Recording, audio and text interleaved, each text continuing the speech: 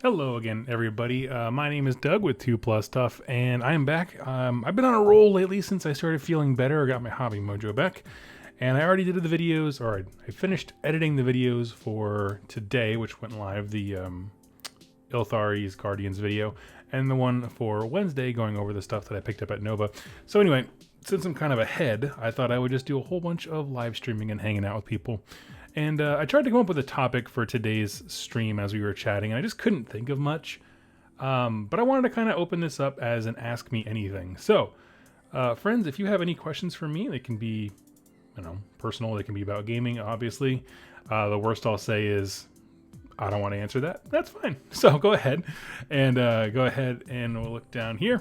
And as you can see, this is pretty much the last kind of stage of these Death Guard bros.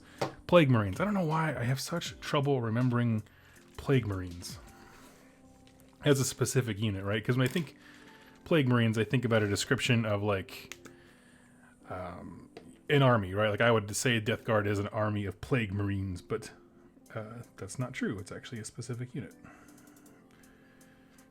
So what I'm doing is just throwing a little Athonian Camoshade over all of the parts where like it looks like plague bears are bursting out of the armor here. I see we've got our first question of the Ask Me Anything Phoenix. How are you? I'm doing well. Cough is improving steadily. I still every once in a while gotta look away. And of course now that I say that I feel like I have to cough, but that's all right. Every day getting a little bit better. That's all I ask for.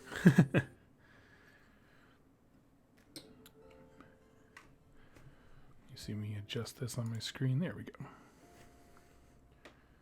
Just making the chat a little bigger so I can see when questions come in a little bit faster. But yeah, so it's been a pretty low-key day. Work was extremely chill, which was nice. That's the most important. David Canavan, do you think the High Elves will look... Oh, how do you think the High Elves will look when they get redone? I don't know, but I am deeply interested to find out. Like, we haven't had any real hints or anything like that. We know, like, light elves, but what that could mean, I don't know. I imagine they'll probably focus on spellcraft. I'd like it if they had kind of like the, what is it? The Avatar of Ennead? Is that what it is for 40k? Like the Eldar god, where he's like basically rounded in swirls. I want stuff like that. Stuff where like beams of, because in Hish they've said in the lore that like light can have like a physical form, and so that's kind of rad. You can do that. Is there any army you've made custom lore for that you don't own or intend to own? No, I'm sorry. I actually don't make or write lore very often. I'll be perfectly honest with you. I don't. I am not a. I'm not a writer. I am a passionate presenter. Is my skill set. So I read stuff and I get excited about it and I talk about it with friends, meaning y'all. But I am myself. I'm not somebody who readily comes up with, stuff. My own lore. Like it actually took me quite a while to write a little bit of lore I did for the Lore Master Challenge thing, which is, I'm going to do a specific video on it, but at Nova, a bunch of the content creators, we all wrote our own custom lore, and then, like for our armies, and it actually took me quite a while, because it's just not something I do, so.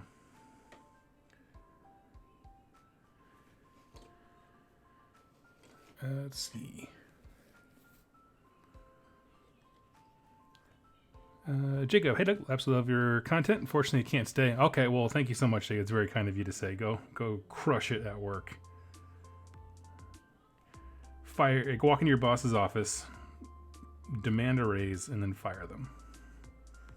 100% works 60% of the time, every time. That's how you assert authority and dominance. Let's see.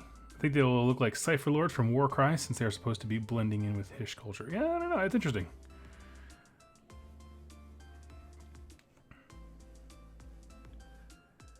Hadn't thought about the backwards compatibility of that, right?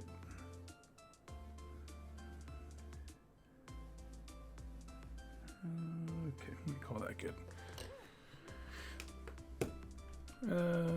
Oakshan, hey, I want to say hi. I'm at my store's Warhammer Nights. I'll be watching this one later. Okay, we'll have a wonderful night. Win mini games. Reap many skulls.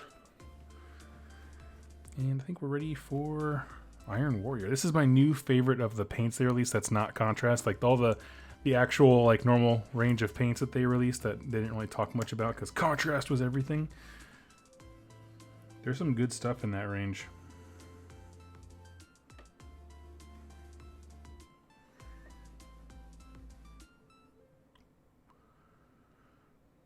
That's me if the worst timing. I was just trying to watch the new Warcry book review. Oh, from the Mortal Realms. I think was it them who put it up?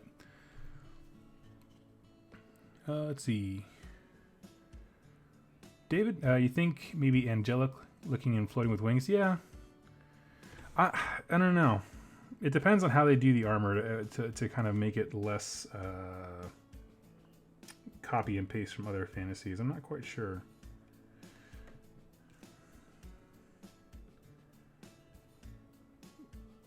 But I wouldn't be surprised if there's a lot of magic, because it's an area that focuses on logic. And there was, what else? Probably a lot of flying units. I also wouldn't be opposed if it was a elf army that was low model count. You know, to kind of like demonstrate the rarity of their souls and that kind of stuff. Just like that, you know, and then had to be more elite, maybe like just an emphasis on magic units. For some reason, I love the idea of units that are wizards, like evocators and Doomfire Warlocks, that kind of stuff. I just love that. I'm not sure why, that specifically.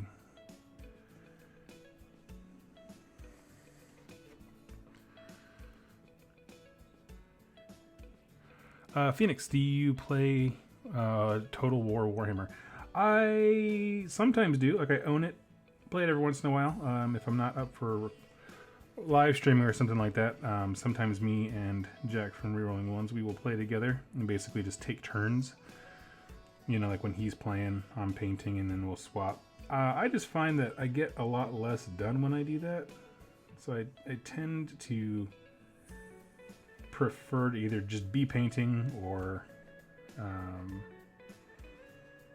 you know, doing something else or whatever. But I do like it. It is, the thing is, I don't know why, I'm not a huge PC gamer guy. Like, I have my PlayStation 4 out in the living room, and I love that sucker. Right now, about 60% of the way through Marvel Spider-Man, and it's rocking my world. I love that game. But for some reason, just when I'm at the computer, I want to be like working or like reading articles online. Like, I just never, it's not how I game, you know? Same with mobile. I'm just not a mobile gamer.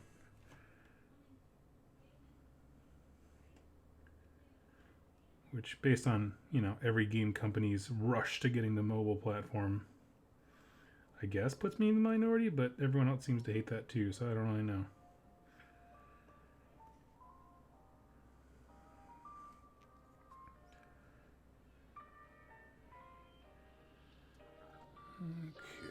Okay.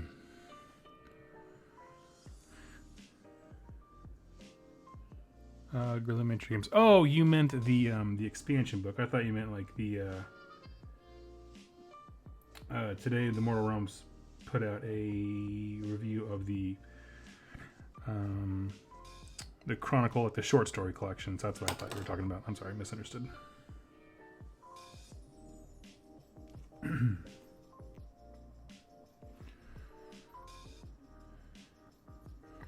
Ping some angry red guys. I guess we can shout something besides wah.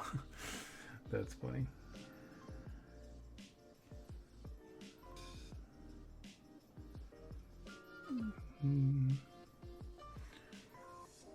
Also worth noting that all of the new elves so far have been weird mutants, so it's something to consider. Yeah, that's kind of what I was thinking, like have few of them but be highly specialized, you know what I mean? Like, I don't know, flying light angels that barf mortal wounds when they look at you wrong.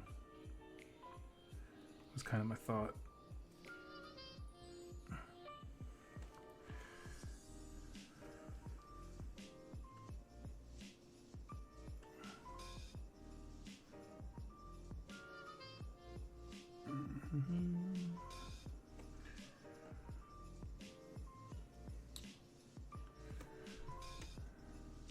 Let's see.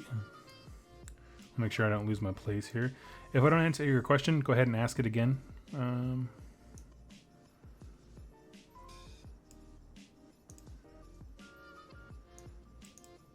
Brian, Doug, did I see you on the Sisters of Battle Novoy? Yeah, I was in the. You know, I was so hyped to be a part of Nova as my first convention that I was like, no shyness allowed. So I was right there, front and center, literally front row, center seat. I could feel the sweat of Andy Smiley right there.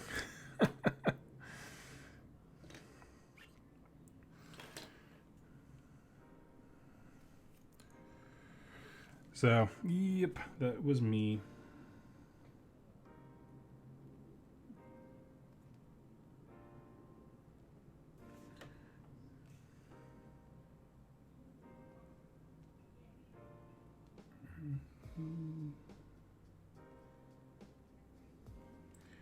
It's funny. I was really curious as to if anyone from the Warhammer team was going to know who I was, because I don't go to events, like they wouldn't know me like in person, you know, whatever. And the first day I was there, this gentleman came up to me, and he was running the.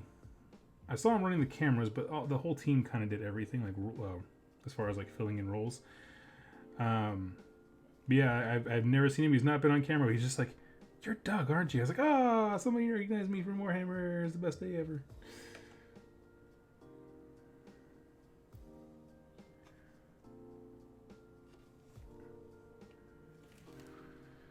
Let's see.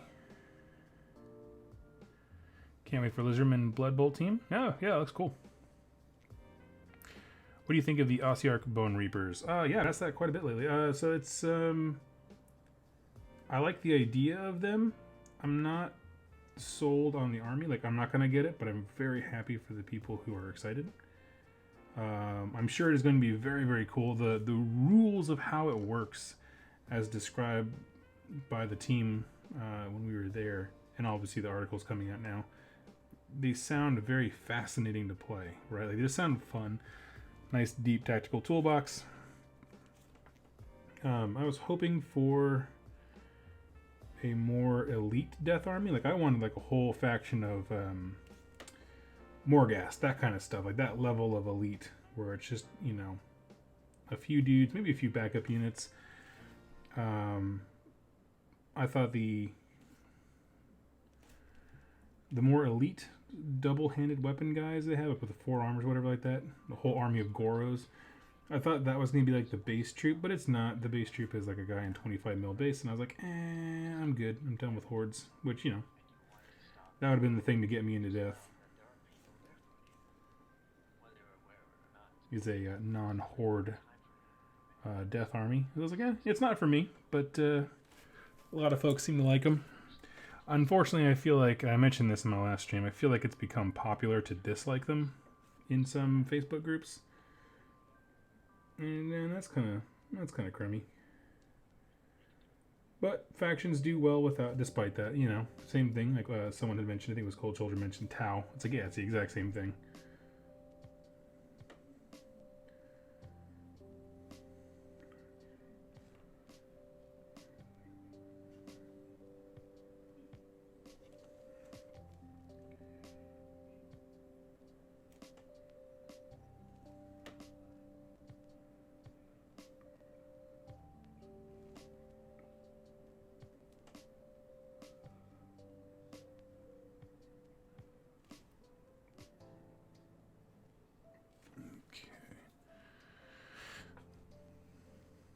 Let's see.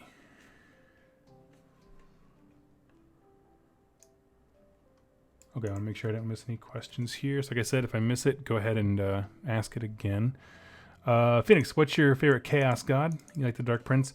For me, it's between Nurgle and Khorne, and I'm leaning. I've leaned towards Nurgle before in my life, and the reason I lean towards Nurgle is I love the dual nature of being a god of life, but what that means is something very different from Alariel's definition, and I like that uncomfortable space of like life is a big enough concept to be both beautiful and wondrous and also horrifying, and that you can have two characters be on the same side or different sides of the same coin. I mean, I've always found it to be very interesting.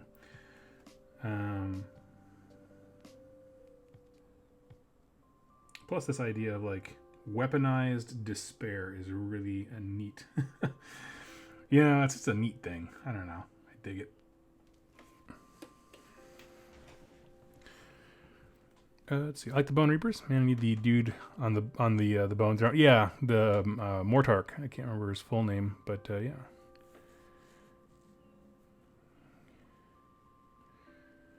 Let's see. Bone Reapers seem to have a Tomb King's vibe to me. Thoughts? I don't have any little specific thoughts. I mean, you know, if someone were to be like, do they look like Tomb Kings? You know, absolutely you could say, yes, they seem to have an Egyptian theme. The Tomb Kings were like a direct, you know, Egypt copy-paste to some extent in terms of a lot of their iconography and that kind of stuff. But, it, you know, honestly, like when I look at them, I don't think necessarily Egyptian. I think it looks like they took the Morghast Archive model and blew it up to an entire army. And I think that the stylings of the way that the different plates on the armor are layered and that kind of stuff, I don't think it looks like a Tomb King model. I think they look different enough. Which is, you know, ultimately I think is a good thing simply because I think that they fit better into AoS. Like, if they are this grand army of Nagash, they would look baller, right? I don't know. I don't know how I feel about it. Like,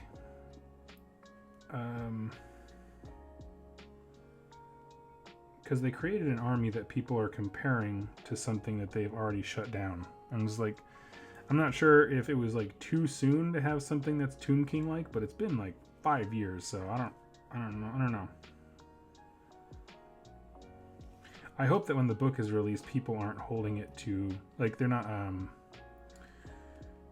holding it to a Tomb King standard. And the reason I say that is because I do believe there's a lot of nostalgia hype that, you know, there's a reason that the Tomb King line went away. There just wasn't enough people who liked it. But now that it's gone, everyone's like, oh my god, Tomb Kings. So, my point being that I don't want people to get disappointed where it's like, this isn't Tomb Kings. It's like, no, man, they never said it was. Kind of the same thing with like Warcry and Mordheim, yeah. People are like, this isn't Mordheim 2. It's like, nobody ever said it was.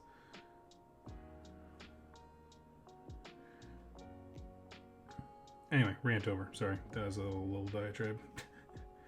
And that has more to do with people's expectations and how they receive information than it does with, you know, GW actually saying that things. They're never going to say it's like Tomb Kings. Tomb Kings are gone.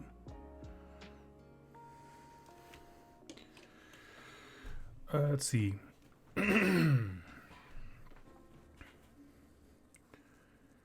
Corey? Hey, Corey, how you doing? Let's see.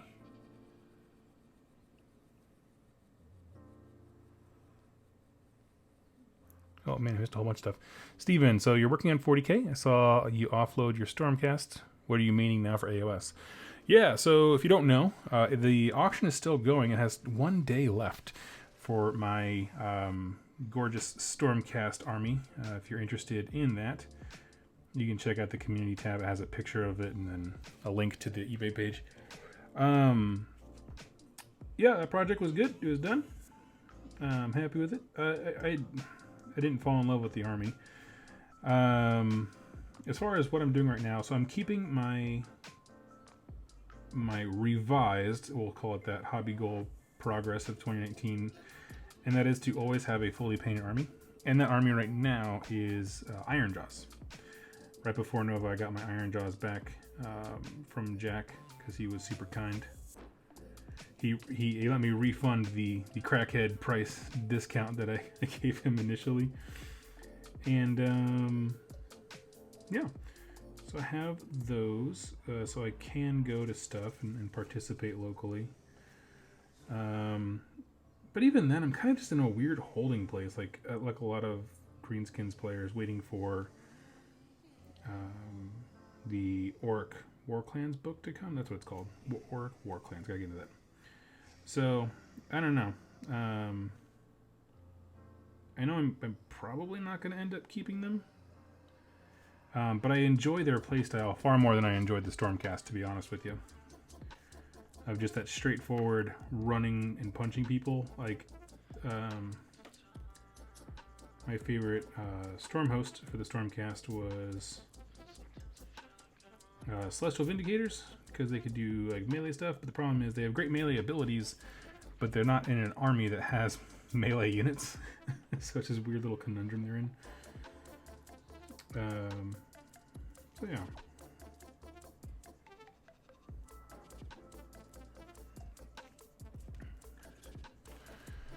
Let's see.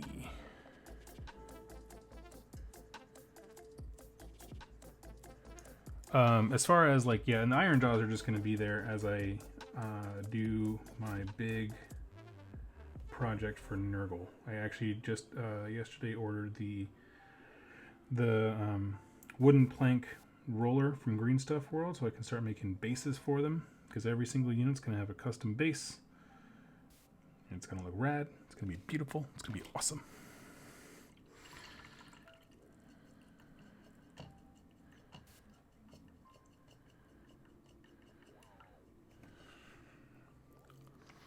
Let's see. Live stream.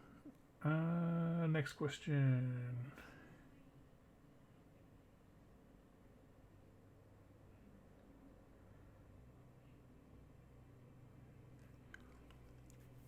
Sorry, I'm just scrolling here, making sure I don't miss anybody.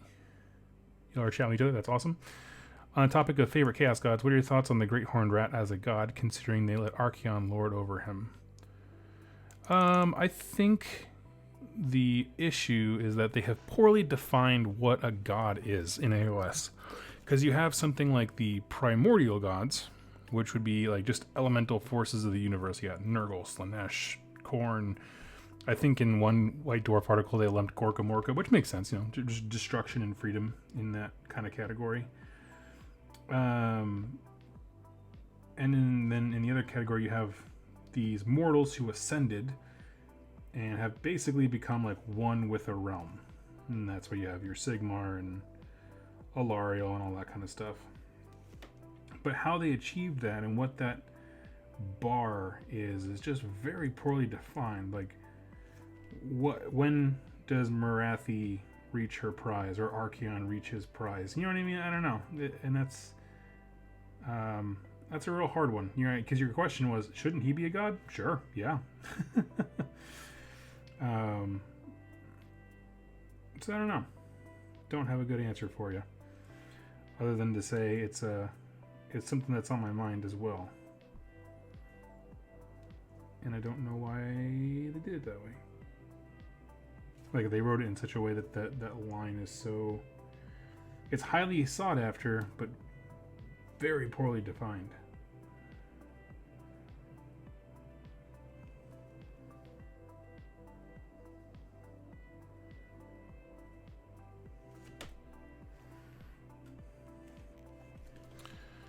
Let's see, what are we painting? I am painting some Plague Marines from 40k.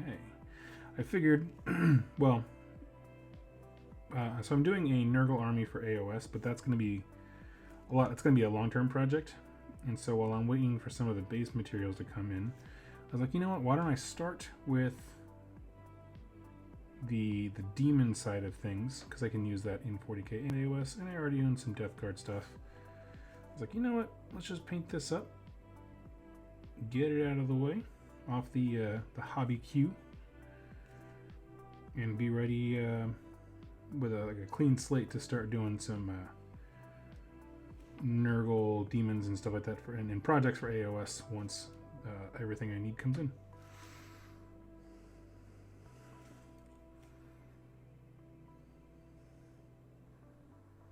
There we go.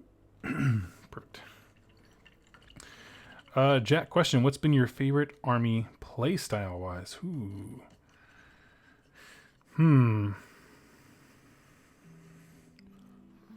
So far, I find myself to be a very defensive player. Like I really liked Fire Slayers with their last edition rules, and I'm sure I'd like them with their current edition rules now that they kind of just worked out the way that like toughness and all that kind of stuff works. You know, in terms of having 2 wounds rather than the Uber save. So that's a big one, I think. Kind of understanding that I'm more defensive minded. And so, hopefully, I'm hoping that the tough turd army of Maggotkin will scratch that itch. Because while it is a fun joke that everyone makes fun of me for trading armies, it is something I don't know. I had a kind of a change of heart. I was walking around Nova.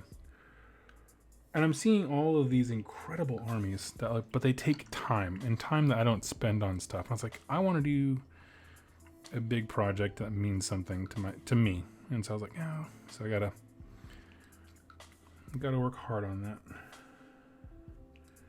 And that's kind of what I'm doing here.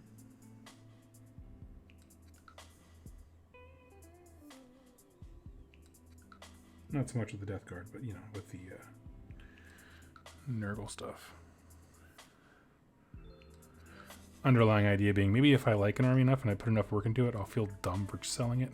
I'll just kind of browbeat myself into keeping something.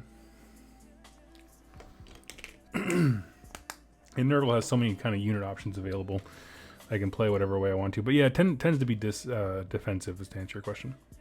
Can you describe your setup for streaming and paint you want to start? Yeah, so I have 2 webcams, 2 Logitech, I think it's C920s. One is obviously facing up at you. Another one is at me. And the software I use is Streamlabs OBS to kind of coordinate all those.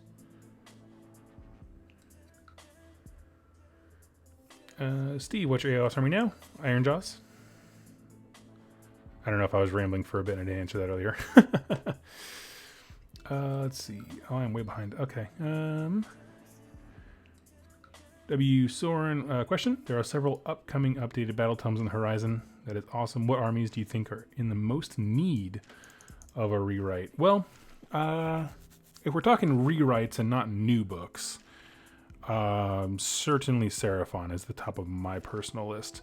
Not only because their rules need to be kind of reconfigured, as the technical term, but also because their lore does. I've said it before that I think the way they handled the mysterious origins of the Beasts of Chaos is a perfect blueprint for how they can do it to Seraphon, where we don't know what they are, but here's a bunch of theories, and you can choose whatever one you think sounds cool. It doesn't really matter, but it grounds them, in the world more. They need to have books where they're interacting with other factions a lot more, because right now they're just like, here's all your Age of Sigmar armies, and over there is Seraphon, lore-wise. They're obviously a really cool-looking army, but they don't integrate into the stories very much. Oscar, question. What are some activities and things you and your wife like to do together? What is her interest level in tabletop wargaming? So her interest level in this wargaming thing is nil. It doesn't exist, but she humors me every once in a while. As far as things that we like to do together, what do we like to do together? We love just driving. Honestly, we live in the Pacific Northwest. It's beautiful out here. We just love exploring all the little small sub towns in the area. We like to go on the ferry boat, go over to Bremerton Island, chill out with people. Yeah, that's pretty much it. Yeah, I mean, most nights, we big fans of cooking. My wife is really big on baking. I'm really big on grilling and trying new recipes and that kind of stuff. Just honestly super boring white people stuff. If I'm really honest with you.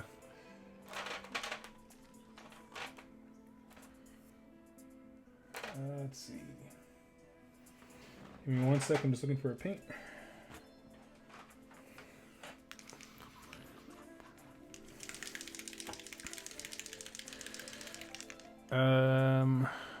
A Memphis. If you're doing Death Guard, by the way, keep an eye out for Space Marine Hero Series 3. If you're on 7... Oh, okay, there's new Death Guard sculpts coming in the new... Okay, cool. I'll check it out. That'd be nice. Yeah, so like I got this stuff used, and they're great models. But I have the Dark Imperium set and then one of the actual like Plague Marine kit. And while I do like them quite a bit, you know, I want some. I'm a sucker for different sculpts. That's why everyone jokes about the Primaris Lieutenant thing, and I'm like, I don't know, man, it'd be sweet to have those lieutenants.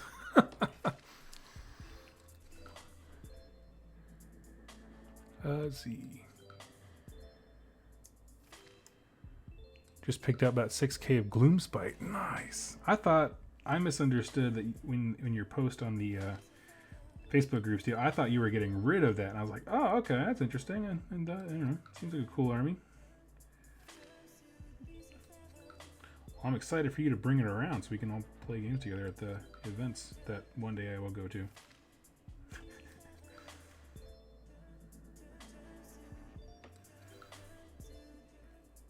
Like I said, it's kind of like I'm in a weird place right now with the orc stuff because of their book. Just kind of waiting. I don't think anyone else has a power weapon.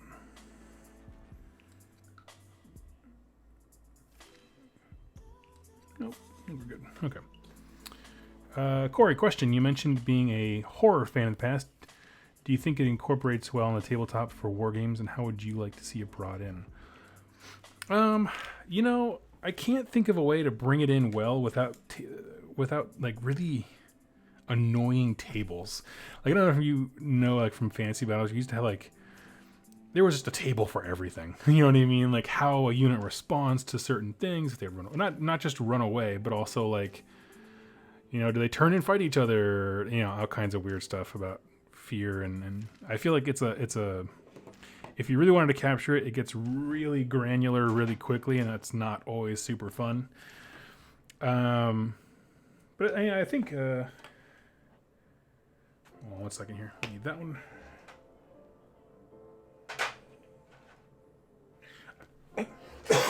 I do think certain armies like show off scary models pretty well. You know, I think the Unmade, they're not my cup of tea, but they look rad.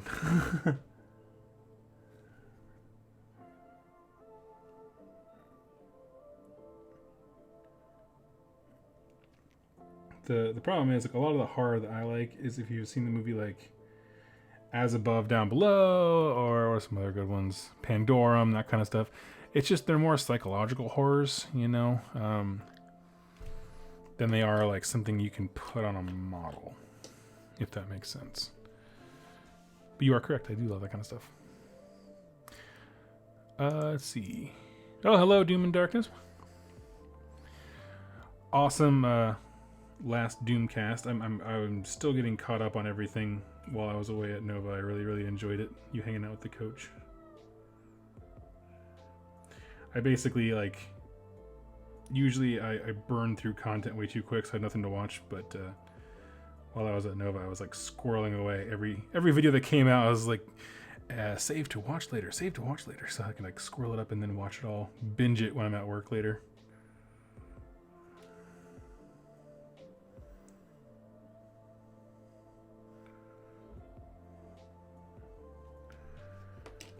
Let's see.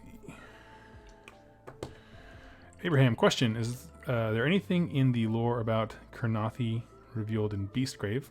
Beastgrave's not out yet, so I have no idea. Also, what do you think about the Gothazar Harvester? And now the Gothazar Harvester, that's the big reverse T-Rex, right? That has like tiny little legs and big arms. I'm not up to date on all the unit names. I've been super sick and then crushed busy at work, so I haven't really kept up. But I'm not the biggest fan of that model, if it's what you're talking about. Let's see. Do you think Dark and High Elves will get a book when Slaanesh is released? Oh, like from the prison and the lore? I don't know.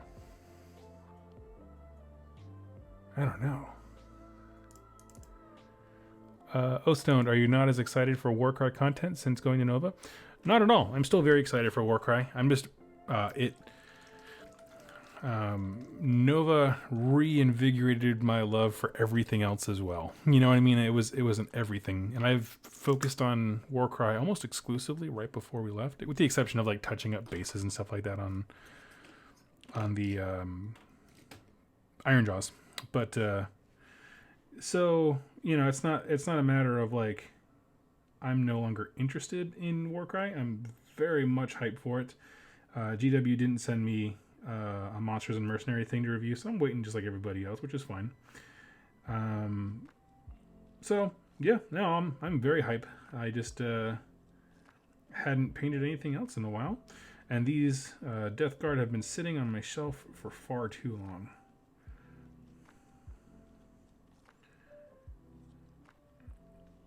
They've been just collecting dust. But actually, one of my favorite things about Nova was actually a game that I played of Warcry against amazing painter Oscar Lars, who's on Instagram. You should definitely go follow. Also on Twitter. He's a commission painter who just does incredible work. He was actually my first opponent, him and Kelly Freeberg. And the doubles. Me and Jack played against them, and it was an absolute blast. Just some of the most fun hobby people ever. And yeah, no, we had a great game. Basically, I ran what did I run? The Corvus Cabal. I don't know. I can never remember their name. The Corvus Cabal. And it was a matter of like, it's like where you and your opponent alternate setting up objectives. And so, whoever controls the majority of them by round 3. So I think you have to have 4 of the 6, I think, wins. And so I put all mine up on raptors, like up on platforms. And with the Corvus Cabal movement, like was launching all array around different platforms and that kind of stuff, going all Assassin's Creed on the rooftops. And he had Stormcast, and Griffhounds were chasing down every single dude. Oh, it was awesome. It was awesome. I barely pulled out the win. If it were AoS, it would have been a minor victory.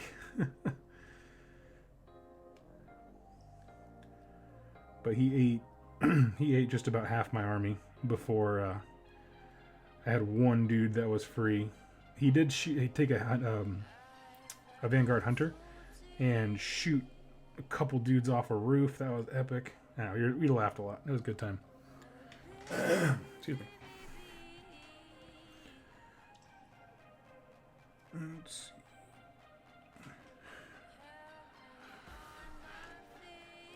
Question: could you maybe start making videos about Warhammer Fantasy lore? I know that many people are already Warhammer Fantasy veterans, but it would be nice to see videos about the history of the old world. Sorry, I don't know what happened to my voice all of a sudden. I got something stuck in my throat. I probably will not. I'll be super upfront. Anytime that I touch the old world, I get a mountain of complaints. Because the same problem exists with like my slow entry into 40k, where it's like there's such a mountain of lore out there that other people know that I don't, that I just get stuff wrong. And normally that's fine. I don't mind being wrong. I can always correct stuff. That's whatever. It's more just, frankly, I don't find it interesting. And I know that that's probably hard to hear for some folks, but knowing that we're past that point, it just doesn't have a lot of interest to me. That those stories won't get expanded upon or anything like that. I don't know. But yeah, I get hot trash comments every single time I touch the old world, which is why, frankly, I have not done anything with GoTrek, because it's like, I don't want to touch that with a 10-foot pole, if I'm honest. Because generally people are pretty nice to me, except for when I make a mistake about the old world.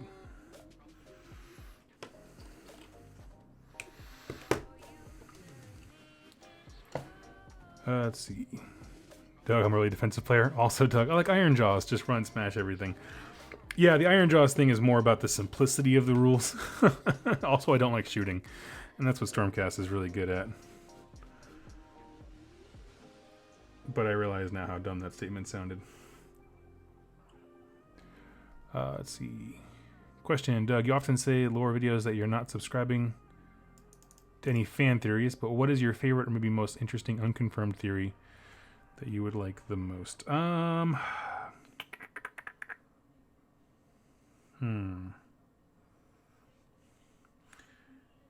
It's probably one of the oldest, and it's kind of lame, but I like the idea of Flesh Eater Courts being Bretonia, if I'm honest with you. It's not exciting to a lot of people, but it's one of my favorites. This idea that something so good has become something so terrible. And I know that, like, people are like, well, they pretty much confirmed that with, you know, some of the unit names and the, what is it, the Chalice of Ushan or like that, but it's not technically canon. Canon is that all the Bretonians are dead, so I like that one the most. Let's see.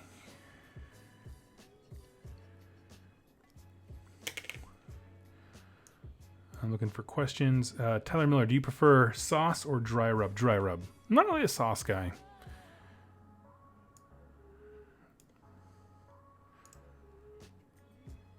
40k as well. Just grab some Primaris. Sweet.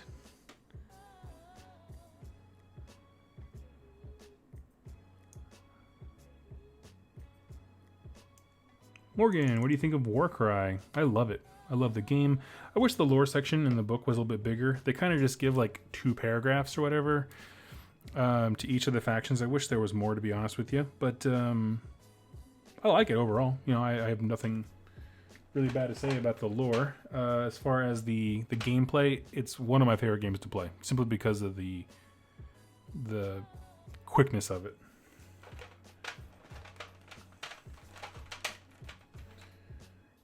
Let's see.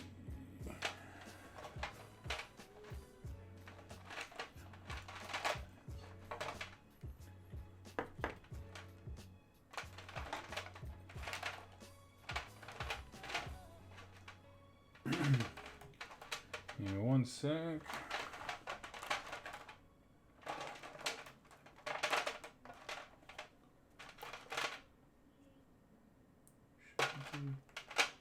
Screaming Skull. Here we go. I was looking for Screaming Skull. Let's see.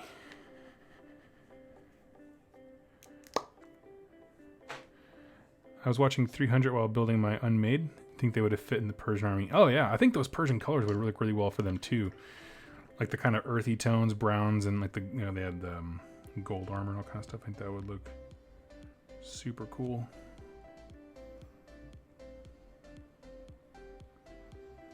Okay, got that. Let me grab a little more of a detail brush.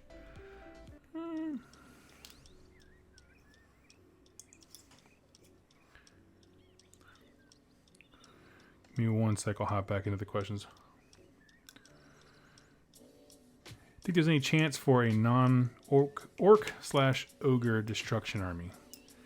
I would love it if there was a human destruction army, like something from Gur, where they're just like, killing's what we do. You know. All in all, I like the idea of like not all humans are good. I want to see more of them in other Grand Alliances for sure. Because as we all know, not all humans are good. Turns out some kind of suck.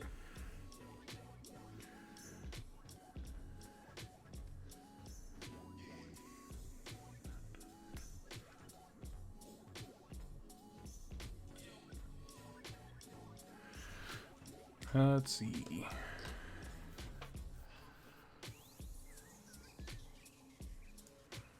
People stuff, watch Altitude. Okay, I'll give it a watch. Sounds good. My chat thing just jumped right on me. Do you like Dragon Age? I've never played a Dragon Age game. How many Order armies do we think we will see in the winning tournaments with Gotrek in them? I am not a tournament guy. I couldn't tell you. I have no idea. Because he can break the allies' points thing, right? Isn't that what it said? Something like that? I don't know. Maybe I'm wrong. I don't know how that all works. But he's cool. I mean, I think we're going to see the rise of cheap chaff units if that's what happens. Like, I know those already exist, but I mean, like, the heavy influence of them.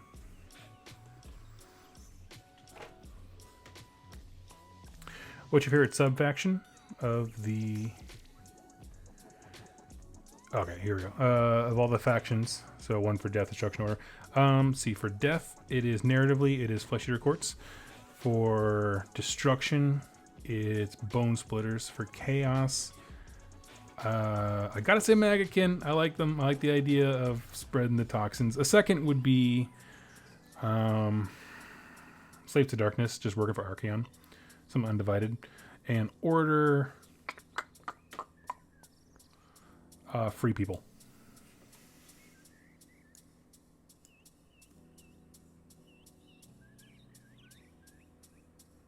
Let's see. As I said before, if I missed your question, please just go ahead and ask it again. I'm kind of trying to get caught up here. Question, will you do a video on your Nova Award winning lore story? Yeah, I plan to do something like that.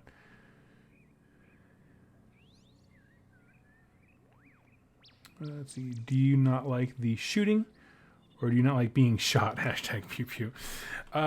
Both. It's more just because my skill at choosing the right targets is not fantastic. So, like, yeah, I don't know. I mean, it's just understanding the opponent's army, not shooting the right thing. And when it comes to stuff like the way that Stormcast, or at least the way that I played Stormcast, when I tried to do shooting stuff with ballistas, which is not the best. You know, once I drop the dudes on the table, like, that's just where they are for the game, and I'm a terrible judge of where they should be.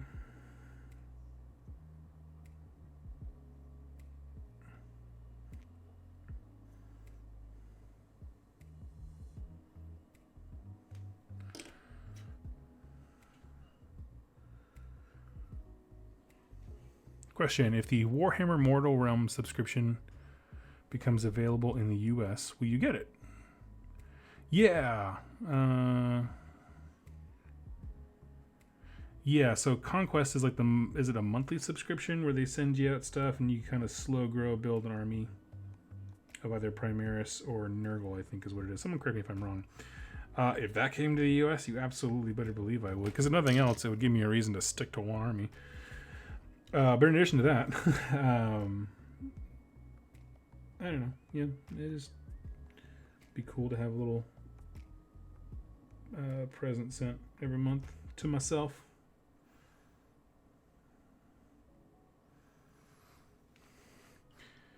Question, do you prefer your steak cooked, well done, well, medium rare, or correctly?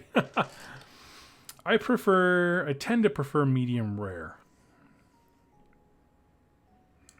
That's my level. I mean, because the problem is I have found that restaurants just define rare differently, but I've seen more consistency with medium rare rather than rare. Morgan, how have you found the balance in Warcry to be? I've had no problems with it. The balancing thing that I have seen is more around how you build the table. For example, Corvus Cabal have very limited things for actually doing attacks and doing damage, but they have spades of things for moving around and screwing with your opponent. So if your table there's no like elevation or anything like that, none of their movement tricks matter.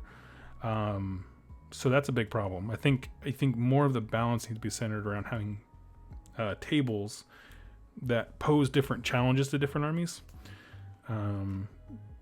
So that, I mean, that's what I think the balancing factor is, to be perfectly honest with you. Because that specifically is a faction that leans heavy into one direction, movement, right? Movement stuff and elevation. Whereas some other ones are a little bit more all-rounded. So, but as far as like, the factions balanced against each other, and kind of taking into consideration like that different ones are good at different things. The only time I've gotten like just deleted was, I guess it was a demo game, so that doesn't really count. But it was Gloomspite Gets that really kicked my teeth in, because they have an ability where like you can gang up on someone. If you have 2 models from the Gloomspite Gets army, you can empower one of them to hit better. And so if you do that hit better thing on a squig, that dude's a little cruise missile. Doom and Darkness. If you had to make a Dungeons and Dragons style party in Warhammer with all the members coming from one grand alliance, which 6-foot heroes would you choose? Oh man. If I had to make a Dungeons and Dragons party, I guess maybe it would be... The problem is if I say chaos, they all just kill each other, which is kind of funny. I'd probably go Order because it has the most, I think, the widest range of different types of things. So like, definitely have a Stormcast with a shield as your tank. I want a rune. No, wait, what do I want? I want an Arcanaut dude. Who's all the techie. I want a Daughters of Cain girl, like a witch elf. That's 3. I want the priest guy. Like the only African person in Warhammer. Basically, they keep showing off that picture. So, because I want him, because I want like a moral right. You know what I mean?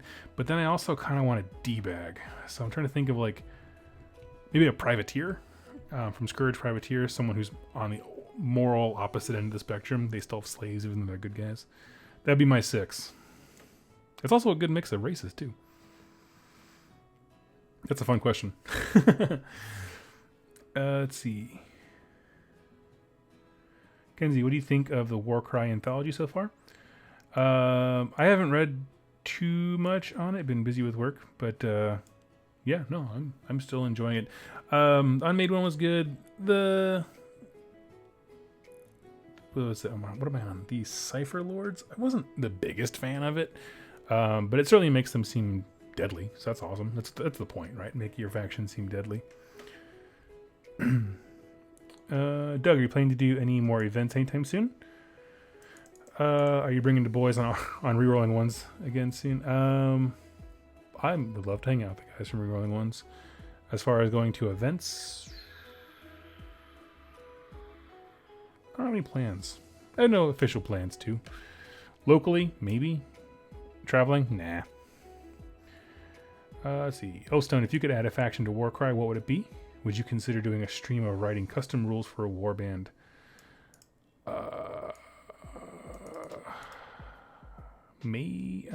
So I'll answer your first question. I would do big fat barbarians. Like, you know how like a lot of these warbands, they kind of like, they're not devoted to a chaos god, but they kind of like lean in a direction, right? The Iron Golems kind of lean in a very corny direction kind of thing. I want a guy that kind of leans in the Nurgle, where it's just big, just a few low model count, really, really big guys that focus on toughness and melee over anything else. And maybe their allegiance ability is kind of like, or their allegiance, ability, the ability thing they use can lean into that kind of stuff, is like getting tougher, getting bigger, backing each other up, that kind of thing.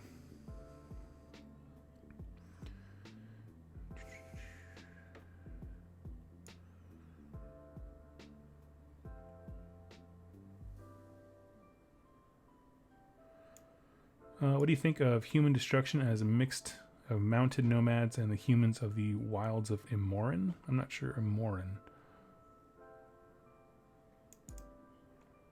From War Machine. I'm not familiar. I don't know. Let's see. Stormcast Eternals are undead. Changed my mind. Question. Do you prefer your steak... Oh, sorry. I already answered that one. Let's see.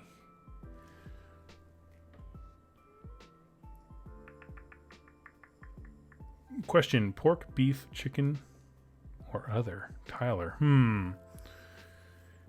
I tend to be a beef dude, but I can be... here's the thing. Like, on the general spectrum of what restaurants make, I tend to like beef, but I think nothing is better than a well-made piece like a pork loin or that kind of thing. Yeah. So if it's average, beef. If it's like something fancy and good, pork. Let's see.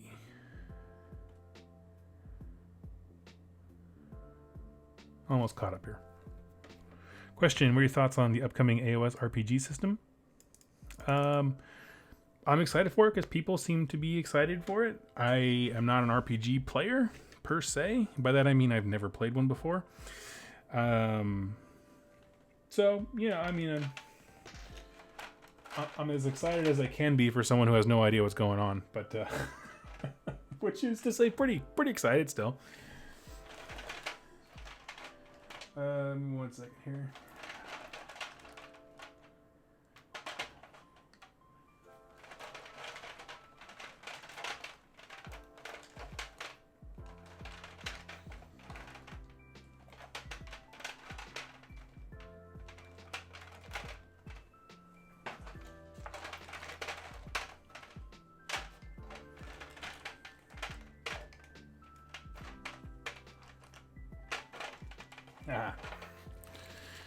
I have like a billion kinds of blues when I did the Iron Jaws, but it keeps me from ever finding my nihilic oxide. No, I am very excited for what the RPG can mean. By that I mean getting new players into the setting. I am going to grab the book because I want to be able to keep up with like the world building aspects, and I think that, you know, from what I understand, RPG books are perfect for helping people understand the world that they're in. And that stuff I'm very excited about, I'll be honest.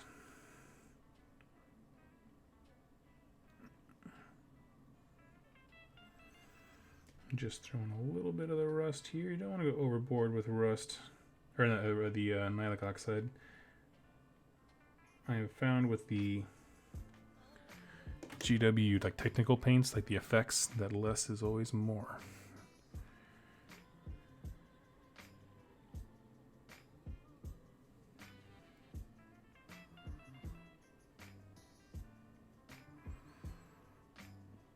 Let's see. If they pulled Seraphon, they would have to be at GW's order, which means GW's... I know, I missed the question there. Okay, I'm all caught up.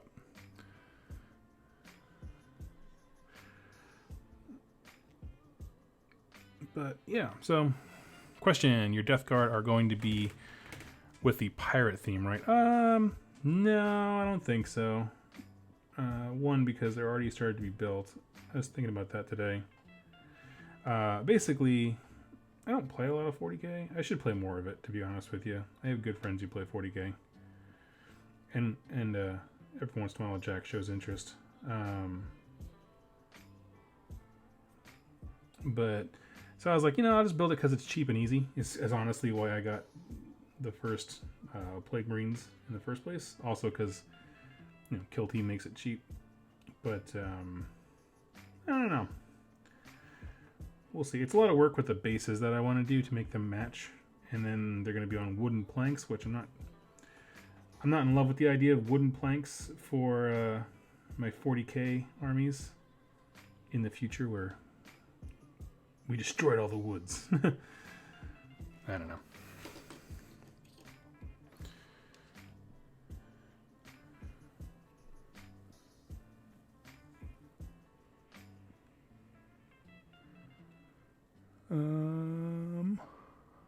Let's see.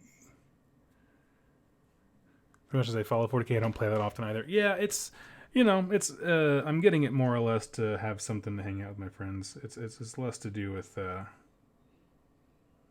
no, also, but I'm torn. I'm torn on 40k. And some parts of it I really like. A lot of it though is just marred by the fact that like we just have a very competitive area, and so it's like, you know, my negatives about it being more competitive, that kind of stuff. Like it's much more, I think, colored by my local group than it is, you know, the state of the game, right? It's not a sweeping generalization of Warhammer. It's just my neck of the woods.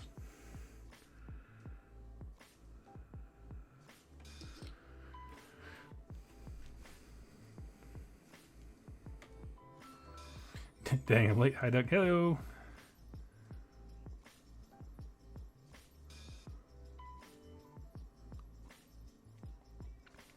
Yep. Okay. No questions for me. Okay. Sweet. So yeah, I am. That's why I think I'm gonna keep it so that the plague bears in my, or some of the demon units don't have a lot of customization because I want them to work in both systems without looking ridiculous. Which is fine, you know, it's whatever. The mortal stuff tends to interest me more anyway, so the demons I don't particularly care how they, if they're a little bit off.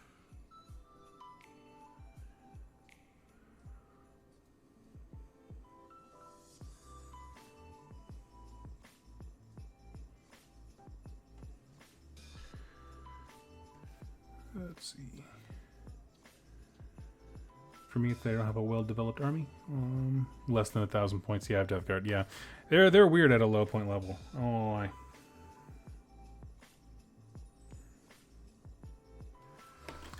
think I'm at like 500-ish. I guess it's not technically true because like I can take plague bearers in this army. It'll lose the Death Guard rules, which is a weird thing. But that's what they chose to do. That's all I got to say.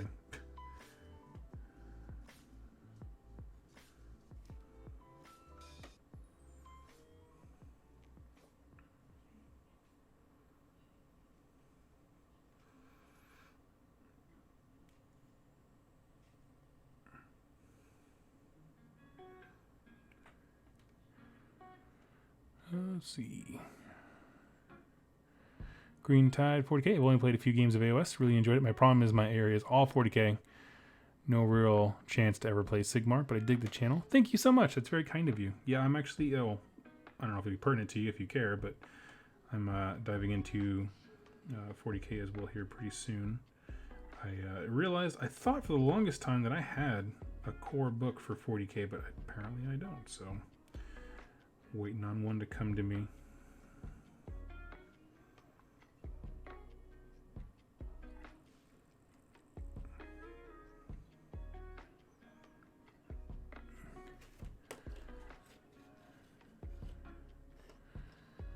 Let's see. Out of all the playable races in RPG, so Daughters Arcane, Deepkin, Stormcast, Fireslayers, KO, Humans, and Sylvaneth, what interests me the most? The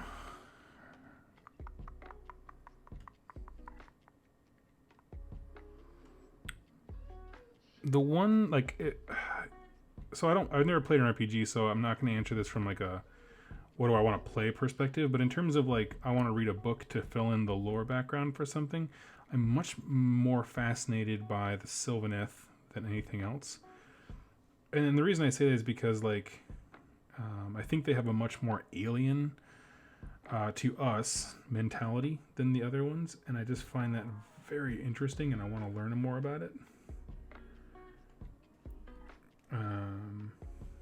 Because like GW tends to shy away from writing books from other perspectives that are hard to imagine for us as humans. Like, you know, Eldar are pretty easy to understand. That's why we have an Eldar series in 40k, but you'll never see a Tyranid book.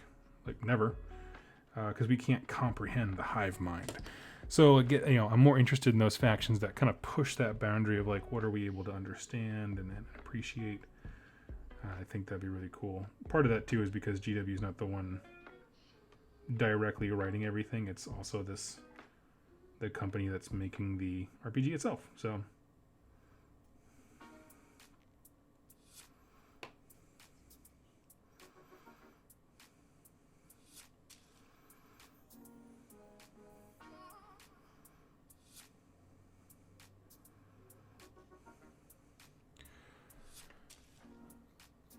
Question.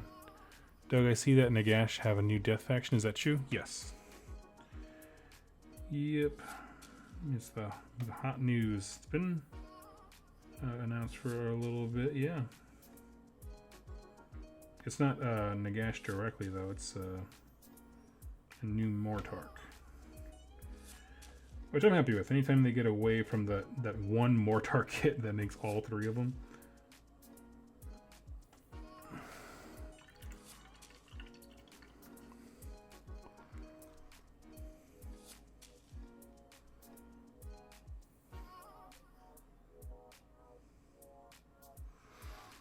Okay. See you later, Cinderfall. Have a wonderful day being a dad.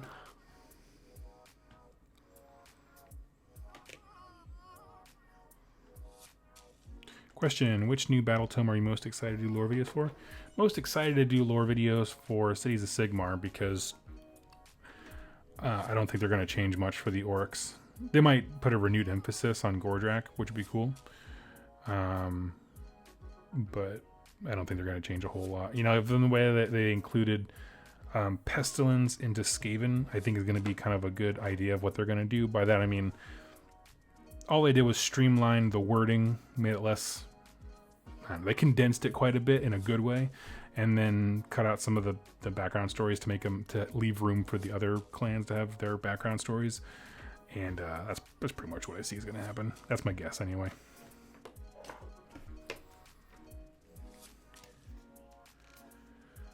Question, I'm considering getting Warcry to get my wife into tabletop gaming. 40k is too much for her. Do you think Warcry is worth the price tag? Personally, yes. That's a value is a very personal thing, though. Like, I do like the amount of models and scenery that you get. The fact that both factions, you know, they're ready to be played as armies. I like the game. You know, I would definitely say go to a store and demo it with your wife first. If that's your goal, which is a noble one, you know, give her a chance to try it before you buy the whole hog. But, like, so my copy got lost in the mail, and I went out and bought it, and I was like, I am so glad that I did. Like, I like this game. Ooh, hold on 1 second. There's a heck of a storm raging outside.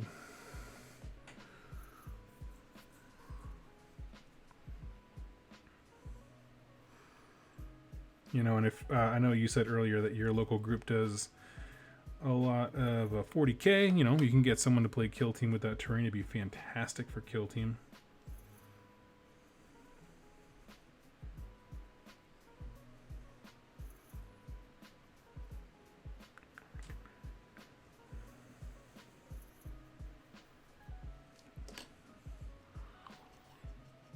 Which pain? This is 7 Plague Marines, and we're almost done.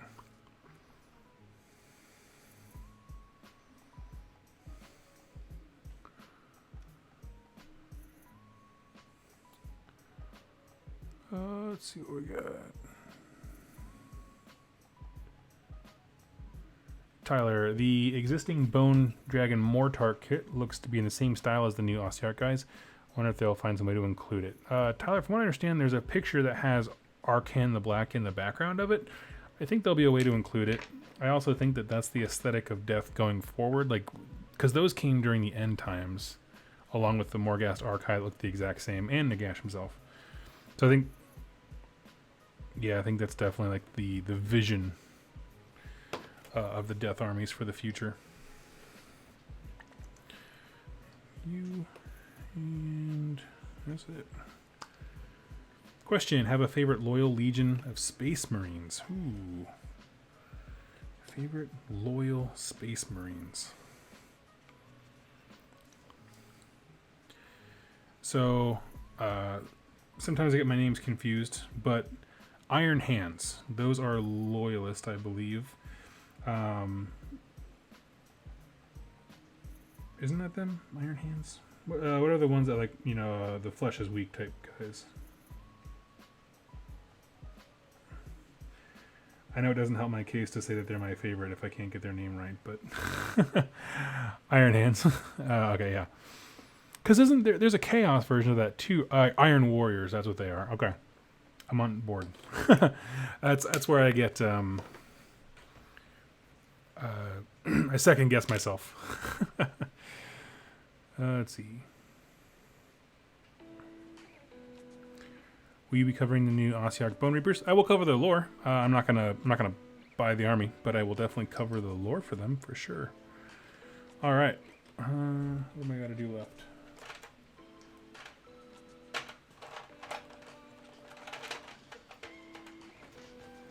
Let's see. Iron Hands, Iron Warriors. Why? Yeah, exactly. And it's not just that their names are similar. It's like they're not vastly, like, you know, they both do like modifications. Obviously, one is Demon Engines, which is a little bit different, but not different enough.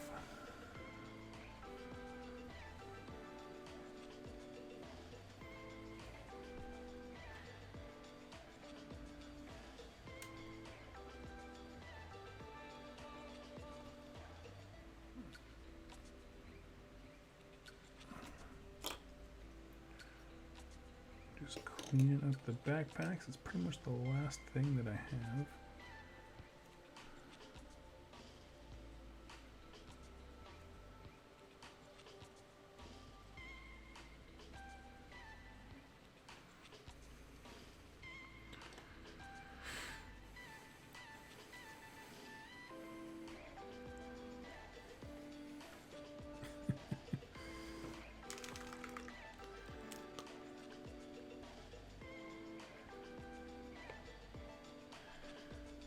Let's see. Iron Warriors are so much closer to Imperial Fists. Okay. Okay. I do like the Imperial Fist as well. That's another one of those schemes that's like, one day I want to paint the yellow. One day when I'm feeling particularly ambitious. Corey, what's your least favorite thing to paint?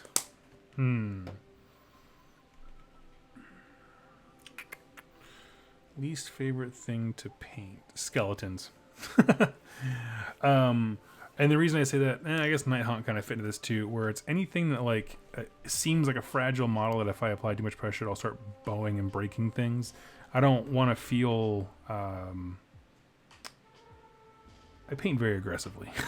I'm not gentle, and that's how I'm able to crank stuff out so quickly. Oh, actually, I need to do a wash on some of these things. That's how I'm able to crank stuff out so quickly.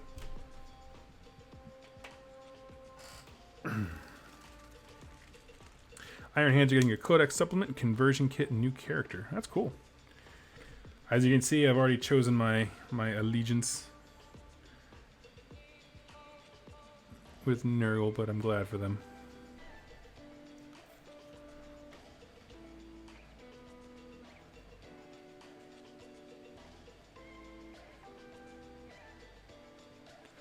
Yeah, I did see that. All the cool stuff that they're getting. I like it.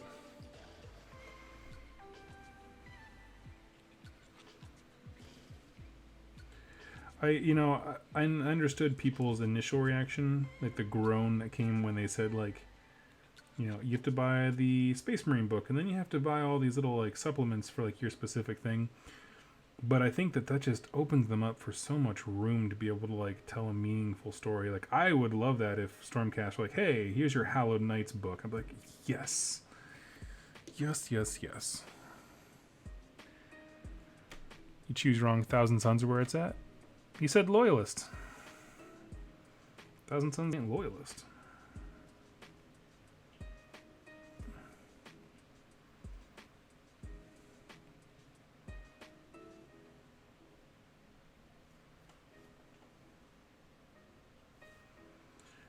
But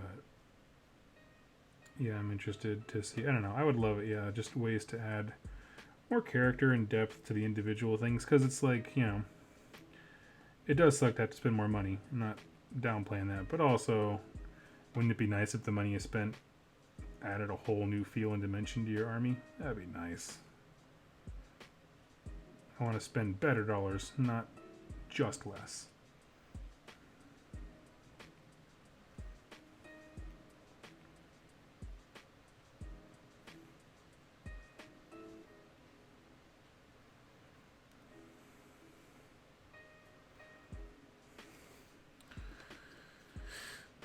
Let's see. Thing is, I already did Codex supplements back in 3rd and 4th. I remember that. Don't know if you were around then, but it was a disaster. Yeah, I mean, I wasn't actively playing, but I remember seeing people kind of struggle with that one. Yeah, I get it. I think what's nice with the new change they made, like with 8th edition and AoS 2.0, is like they reached a point in making army books, you know, whether it's codexes or battle tomes, whatever you want to call them, that like the game has freedom to evolve now, and it doesn't have to be like everything gets updated simultaneously, and then your books are super far behind, and then everything's terrible. I think with their system of communication, they're kind of reaching a point where the game can be a bit more fluid, and I think that's a good thing.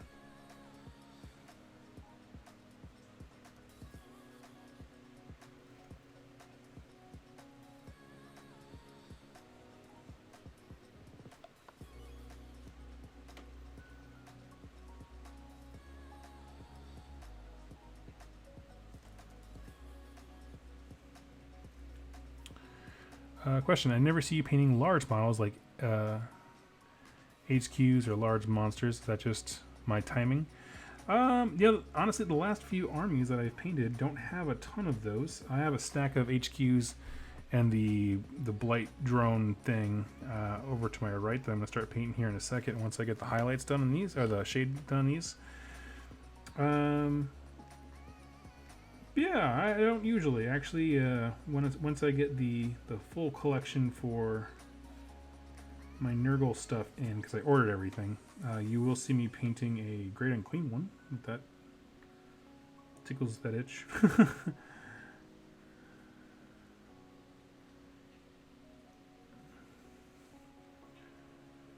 The thing is that I just tend to crank out models very, very quickly, and so those big guys, they don't last very long on my table. They get done.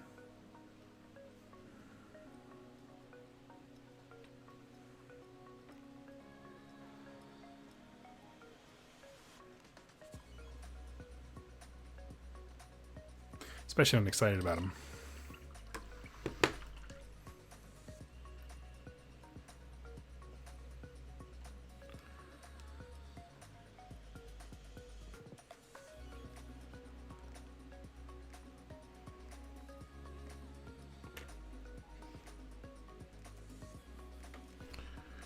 Let's see.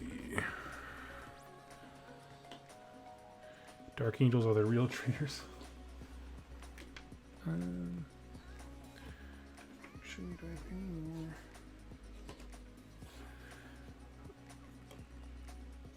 You guys are done. Done. Nope. I forgot that I have one more little quick thing.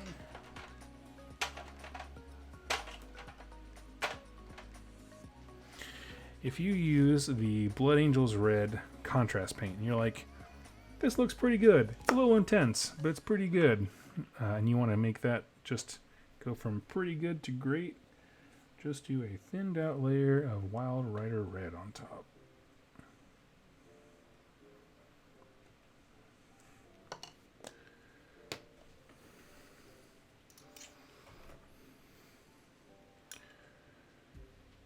$40K rules for Warcry, i.e. warbands, would you? 40K rules for Warcry. Memphis, I need you to clarify that. Are you saying create Warcry but for 40K and like have 40K units in that setting?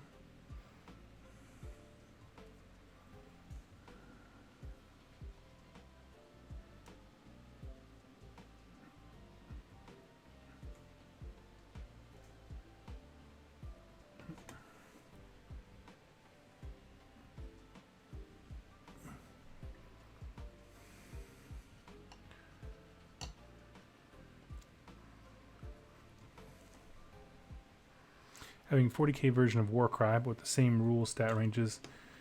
Oh, I'd be fine with that. I think I'd want it to focus more on melee. Because the balancing thing is that everything in 40k has a gun.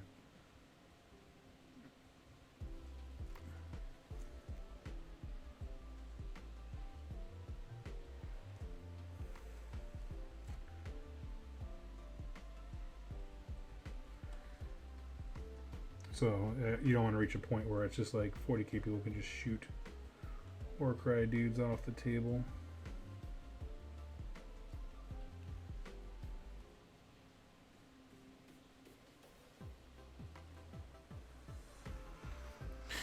Let's see. Chaos Spawn, don't use Blood Angel's red. Flesh Terror's red is like a sheet of crimson. I love it. I knew a local guy had some trouble with it because he thought it was too strong. But I have not had that same experience.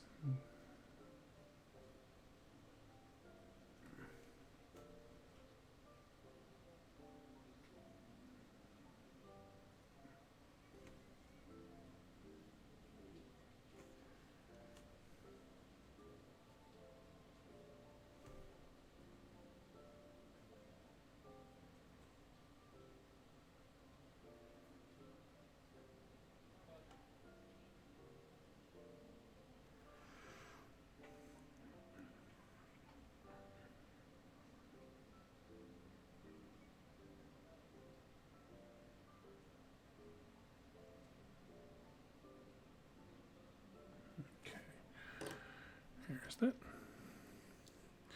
Kill team is scaled down 40k. Yeah, I mean, that's the thing, is it had to be super different. I mean, just by the very nature, yeah, you couldn't have 40k just like waltz into the Warcry setting. It'd be amazing.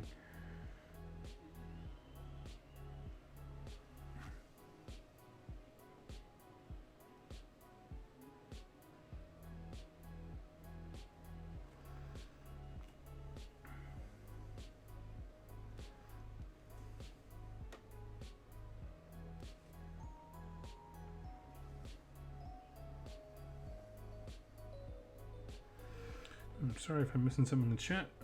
I have little detail bits at the end here.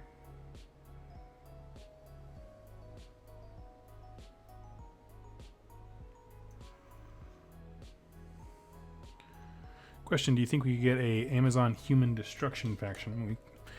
We can. I mean, we can get whatever the model guys decide to design. It doesn't break any rules. I'd like to. I'd like a destruction army that's human.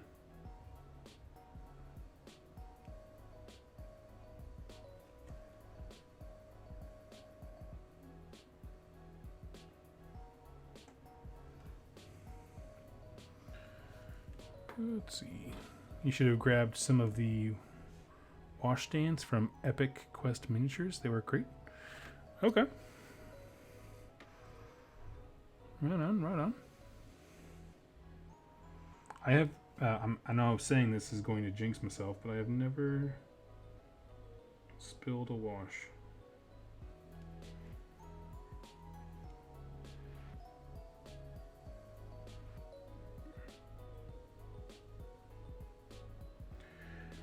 But as we all know, the first thing you have to do when you spill a wash is complain about it on a Facebook page.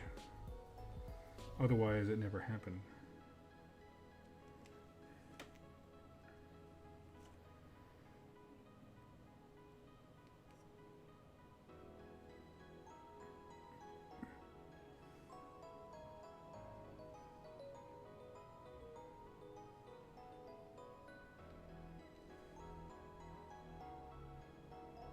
There we go.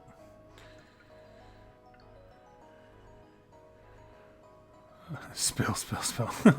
Question, what's your favorite narrative play experience? Playing Path to Glory with Jack from Rerolling Ones. That video's up there still, where it was my Slaves to Darkness and his Corn, I believe is what it was. I think so. And I was trying to destroy his like temple in the way the rules worked. And so basically there's this back and forth where we both kept rolling exactly what we didn't need. And the game just kept going and going and going, but like in a very climactic way. Like he had one turn to kill me, and I had one turn to tear down his temple, and we kind of went back and forth for forever. Go watch that one; it was a lot of fun. Cool. I'm calling these guys done. Kenzie, question: what became of that gunplay you got? He is half assembled in my closet.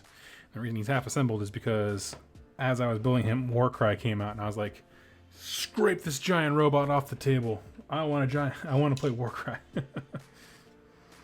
Let's go with a boss this time. Let's go with this dude. Let's do it.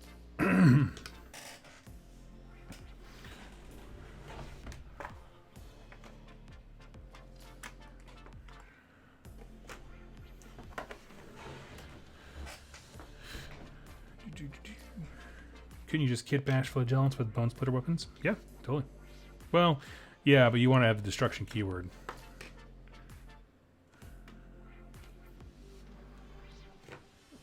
Let's see. Taylor described a Seraphon Star collecting box. Sweet. Thank you so much for the compliment. It's very kind of you. Most annoying kit to build. Mine's got to be the Death Dread. Yeah, the Death Dread had terrible mold lines. I remember mine.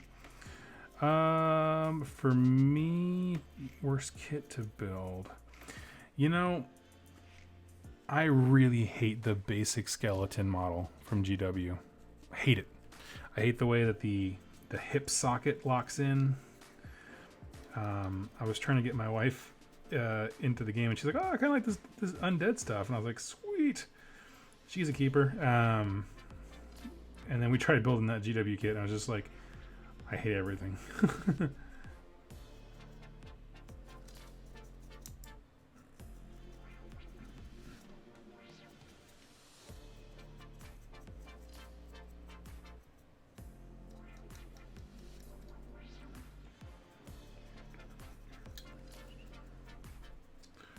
All right.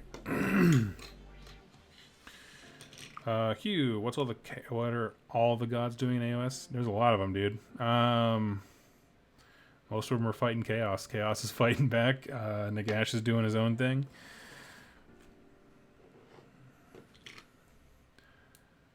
Let's see.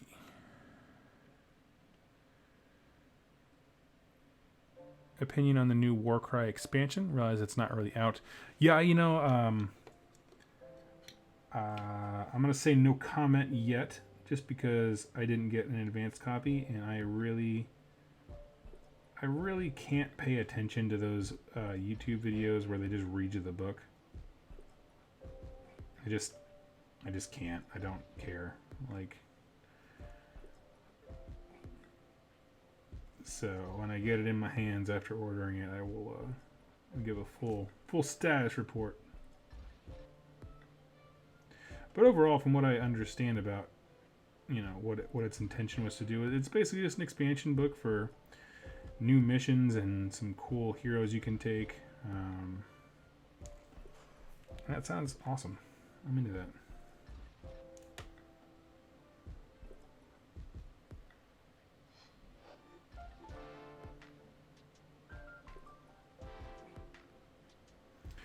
I like my expansions to be optional.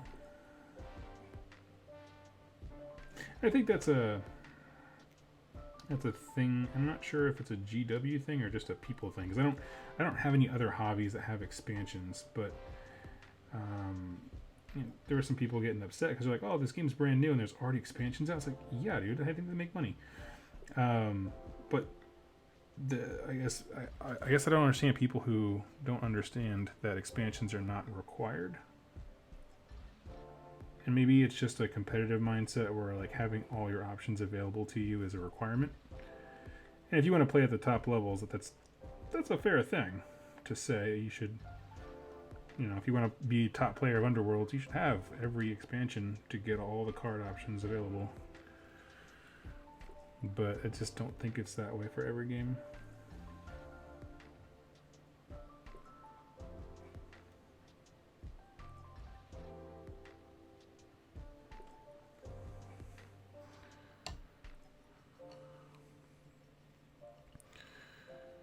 Let's see. Did you ever hit the bar at Nova? It was awesome. Chaos Bond, yeah, I went up. I assume you mean the lounge upstairs. Yes, I went up there 2 nights in a row, and I was only up there for about 20-30 minutes because I got very like audio overloaded with that many people, and I'm a big guy. I take up a lot of room, so I got very self-conscious, and I was like, I need to be anywhere else. And so usually it was super late at night, so I went in there for a little bit, you know, shook some hands, I schmoozed, and then I went home or back to my room. I was up there when they had the kill team playtesters playing against each other with the giant blow-up dice. That was a blast to watch. Alan, question: What do you speculate about Neferata and the Soul Blights? Do you think vampires will join the fight against Nagash? I don't think so. It's been shown in a bunch of books, Black Library books, that like Nagash has a power over Neferata. Let's see. I need this one. So I don't think, unless something drastic happens to change that, I don't see it going away on its own.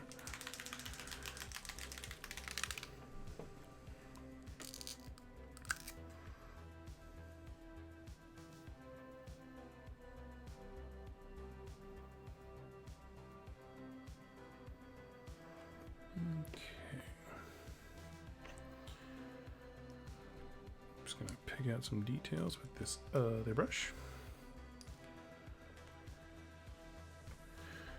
Are the new index rules going to change the way you play 40k? The new index rules. MLTY, I'm not sure I understand the new index rules going to change the way you play 40k. I'm not sure I understand what index rules you mean. Like the only indexes I can think of were when the game first launched, and we're past that. So you can clarify your question. I'm happy to answer it.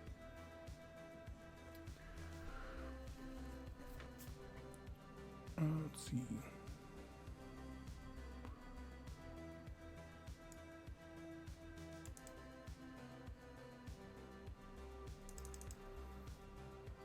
Question from Tiny Diodes. Best advice for getting faster at painting?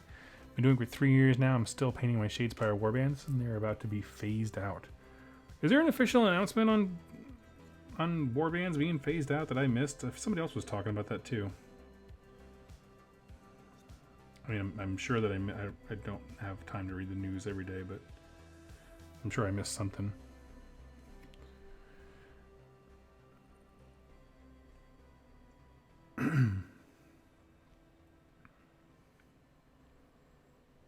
Okay, they aren't phased out. Okay, thank you. Sim, you mean Legends rules. Okay, oh, ML2Y. If you're talking about that, that won't matter to me. I'm only playing the newer stuff that's available.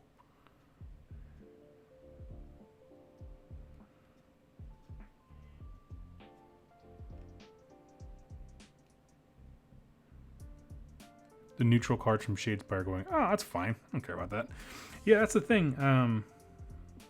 I feel like a lot of that game was targeted, rightfully, towards Magic the Gathering players. I think that's the demographic they wanted to hit, that space, right? And the reason I think it's fine is because Magic the Gathering players are super used to that.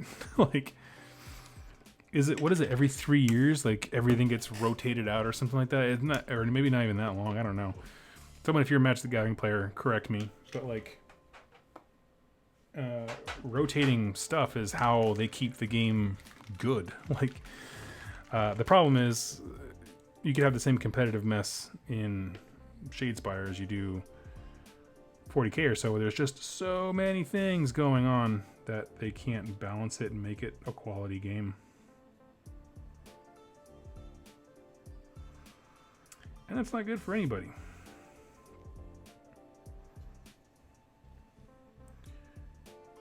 Yeah, as long as you can use the models, because honestly the warp units don't matter. Like the generic cards, you can always, you know, you can always build a new deck, is what I'm saying. But the fact that the models and that kind of stuff is still usable is, to me, what's important.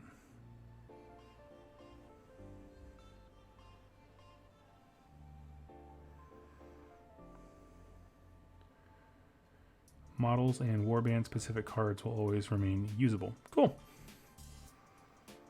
I'm down with that.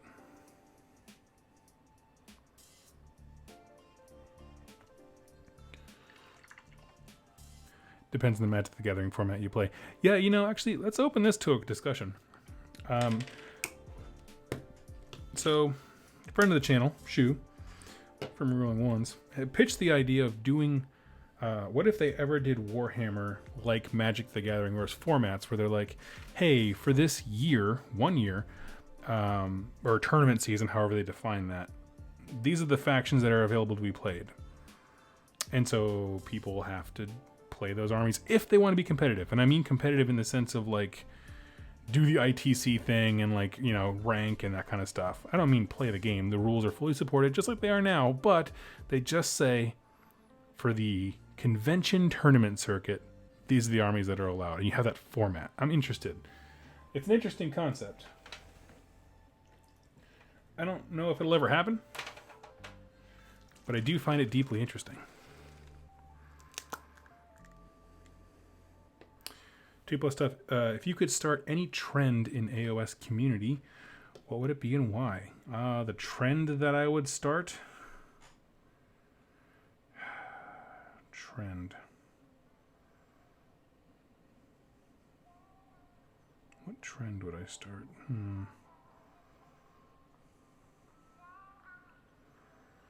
I don't know. Let me think about that one. What trend would I start?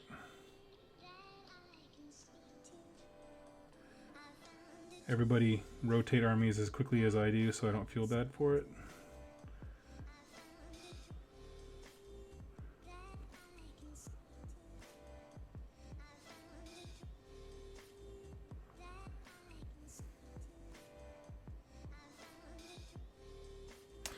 Let's see, Memphis. Terrible idea, not itself, but extremely slow GW development. That's true, and you know, honestly, that's the conclusion we came to in our chat. Is like the idea is not bad, but you look at companies who do that kind of thing better, not great, but better, like Privateer Press, where they rotate out their steamroller every year, and it's just because I think they have a business model that intended that to be a thing.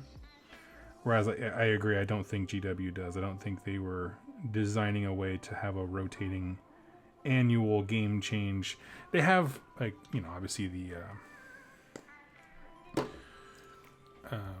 chapter approved and that kind of stuff, but that's not the same as a roster of armies that are available to be played.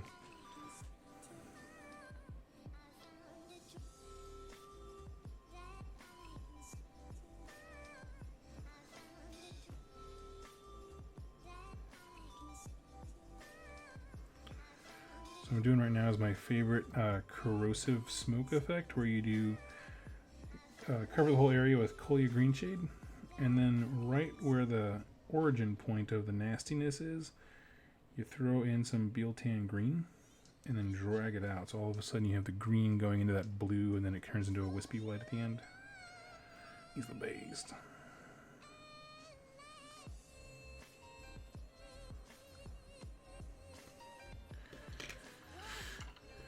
In that aspect, it would be a ban list. I don't know how it would work. MLTY, yeah, they finalized index points and deemed them unsuitable for match play. Would you still use /play against indexed units? Well, so let me clarify something, MLTY. What they did was they banned those units from competitive play, not matched play. Matched play is a format where you and your buddy agree upon a points level and you play that. There's a difference between that and tournament play, where we're only playing with the most updated stuff. So like the format of match play still allows them. It's why they have points. If it was truly like narrative and open play only, they wouldn't have points and they wouldn't bother. So they are suitable for match play. No. And I don't mean to crap on you. I'm simply going out of my way to say that because I want everyone to understand that like there's a difference between match play and competitive play, and I think that that's not stressed enough. I feel like people blend the two together too much.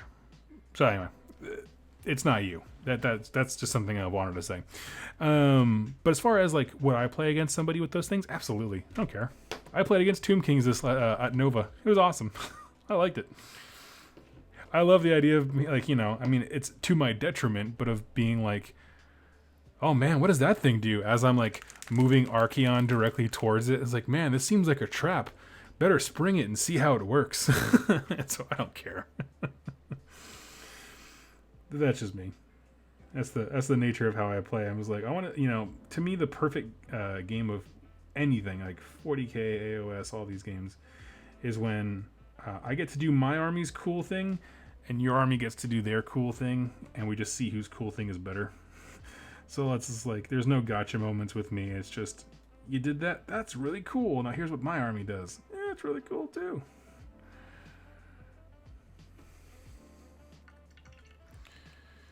Let's see.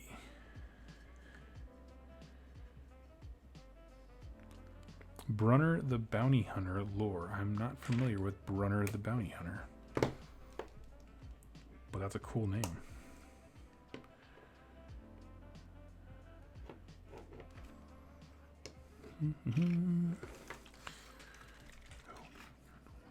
Let's see. So that's a good question, MLTY. Yeah, I'm happy to play against anything.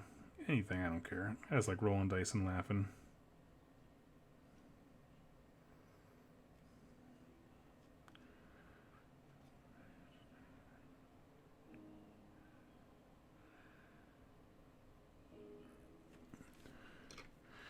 Hector, what did I miss so far? Just got out of work. I'm just answering random questions people throw into the chat.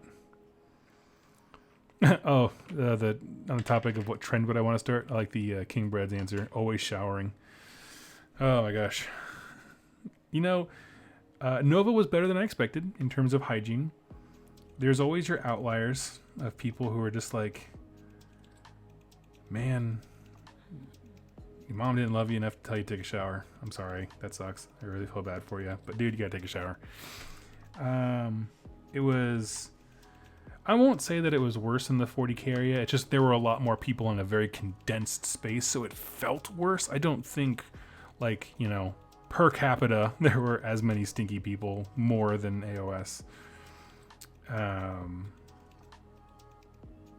It was a rough room to be in regardless. Let's see. The con merch table at Nova sold deodorant. Yep. Honestly, I was half tempted to just like buy up the lot and just be like, no, this should be free. Like, just buy it and then just put a free sign on there and be like, anyone who needs this, just walk up and grab it.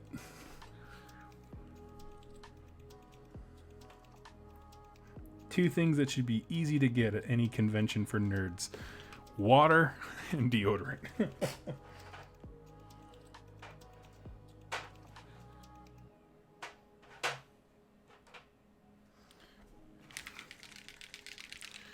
Let's see. Are you planning on going any big trips or conventions in 2020? Bleep bloop. For me, I don't have any solid plans. I'm not what you would call a planner. I kind of just like, when I announced I was going to Nova, I was like, I want to go to an convention.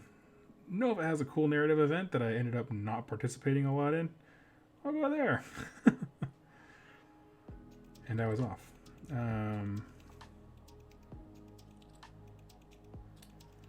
So yeah, I don't have any definite plans right now, but I would like to go to some for sure.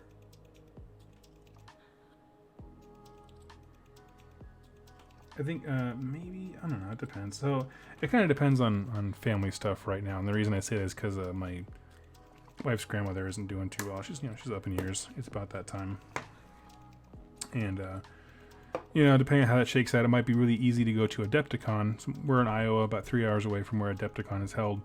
So it might be like, we can fit everything together by going there. So Hector, are you going to Nova next year? I do not know. It seems so far away.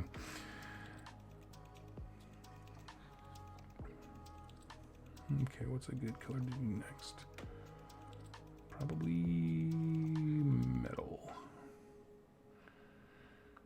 Not AoS, but do you know of the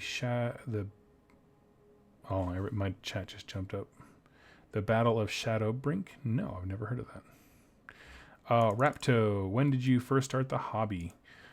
It was 2011, right? 2011. Basically, so I used to build models when I was a kid. The first exposure that I had to Warhammer was a hobby store locally was closing, and my grandmother grabbed me some stuff on the discount rack, as the store was closing, and they turned out to be the old Chaos Warriors, where they look like weird, hunched over Igor army dudes, and Bretonnians. But she didn't know they were part of a game. She just saw models, and she knew that I liked building models, mostly World War II stuff. So I had that exposure. That's my first, contact with the brand, I guess, of Games Workshop. And then in 2011, I was done with schooling.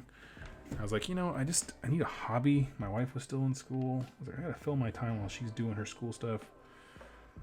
And I went to Hobby Lobby, started getting some models again. Got the Ghostbuster car, that kind of stuff. As I was looking up different tutorials on how to paint those things, I stumbled onto this old PDF that Mini Wargaming used to have about painting your models. It was a free PDF download for me. And, I'm reading through it, not thinking anything of it, but then I realized some of the models, and they were like, oh man, these things are freaking cool looking. I want these. And it turns out, I found out later, they were from War Machine and Hordes. So then I started looking up local play groups for that. Got connected. There was an amazing group of War Machine and Hordes players in the Iowa City area at the time, which is where we were living. And, yeah, that's basically how I got started. And then love of painting and hobby kind of just kept me going. We moved out here because Jess got a job right out of college. And the War Machine and Hordes out here is very different from the group that I had in Iowa. And not in a great way. I think if the company promoted the game like my group in Iowa played, I think they'd be in a much better place as a company right now. But I didn't like the hobby that I saw out here, and so I sold that off, and I got into fantasy battles and that kind of stuff. So that's the abbreviated version.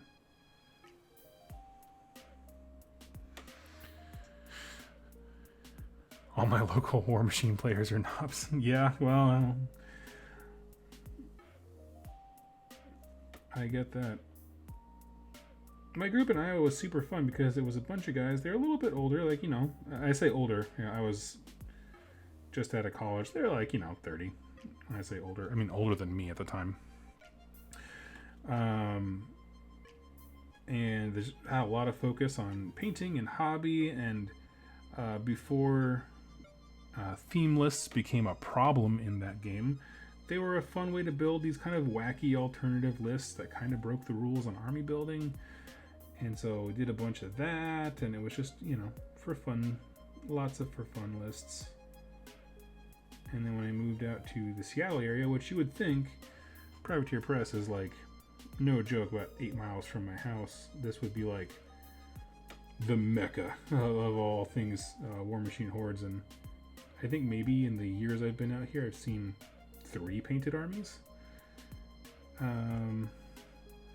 People get very rude when it comes to rules updates, and by rude I mean I've seen people just straight up yell at rules designers for Privateer Press, and I was like, nope. Not where I want to be.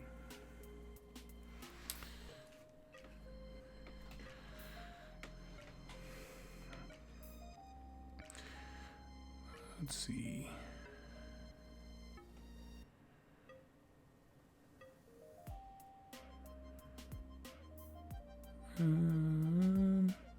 Any conversion advice? Not really. I don't convert a ton of stuff, to be honest with you. So I don't have a whole lot to offer there. And the things that I have converted, I just kind of keep playing around with it. I guess the one piece of advice to remember if you start cutting parts of a model off is to remember you can always cut off more, but you can't undo that. Like, you can't put more back on. So if you're like, I think I need to cut off a ½ inch from this guy's arm to make this other thing fit. Start at a ¼ inch, and then go a little more, and then go a little more. But that's the same rule for woodworking, so I don't know if that's really a help with conversions.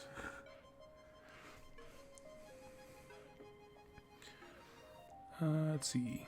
Are you going to get those new Aeronautica Imperialis planes? Nah. Nah.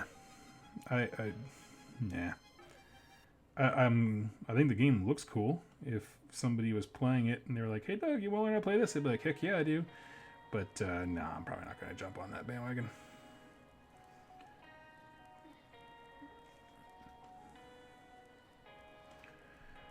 It seems like a really good alternative to X-Wing that I wasn't looking for.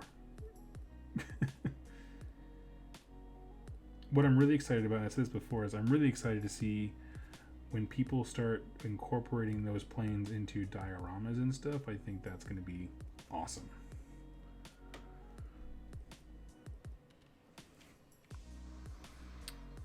Let's see. Memphis preferred material for model. Oh, plastic. Plastic 100%. I don't like resin. I don't like metal's fine as long as it's like a good model. Like, I don't like infinity models because I find them to be too spindly for metal. They bend really easily. That's the issue. It's not the material of metal itself, it's the density of the model that they're trying to make out of it. But yeah, plastic all the way, 110%.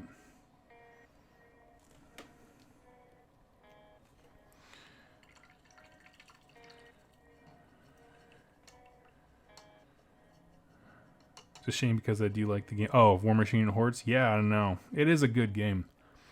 The system they created is really nice. There's a lot of good things going on with it. It's just, you know, I've said before, like, I think a lot of their identity was built on, we're not GW, which worked really well when everybody hated GW. But when that tide turned, they did not turn with it and establish like really, really good corporate culture and communication with the players. And 3rd edition was a botched release. And I was just like, not good. Whole lot of not good going on.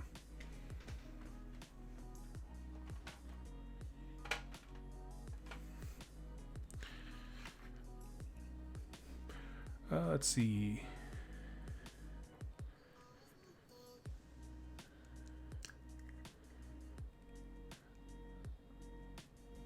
Why did I quit War Machine and Hordes? I quit War Machine and Hordes because I moved up here and people were so competitive that I couldn't.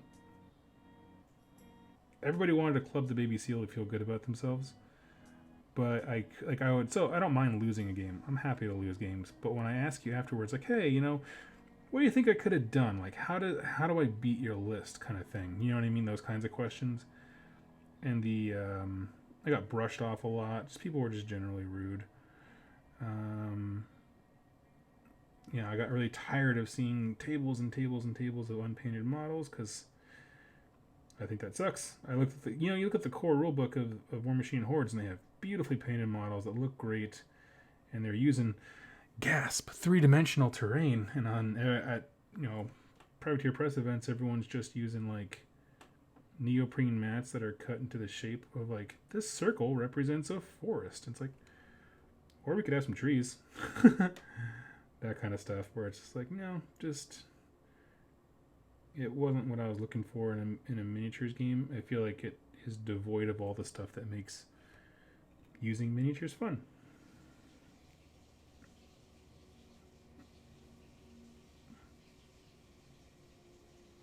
And I'm not sure how much of that is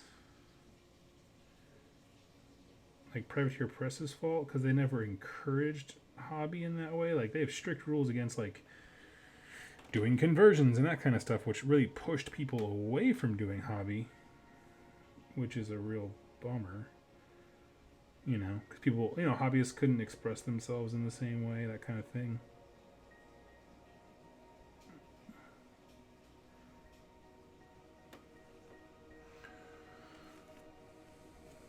Let's see.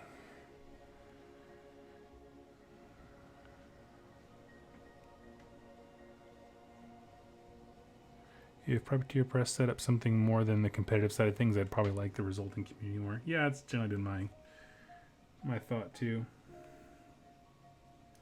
They also made the game very unapproachable for new folks with their like community development thing. I tried to get on board to understand, and it just fell apart right away. And I was like, nope. People were just yelling mad, cussing at each other, and I was just like, nope.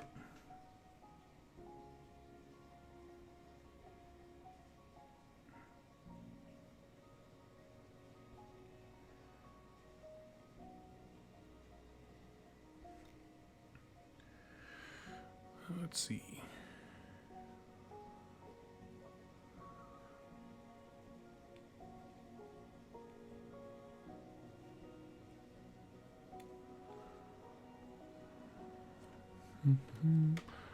Chaos Spawn, if you could have one lore question answered in depth by GW, what would it be? Ooh, that's a good question. If I could have one lore question answered in depth.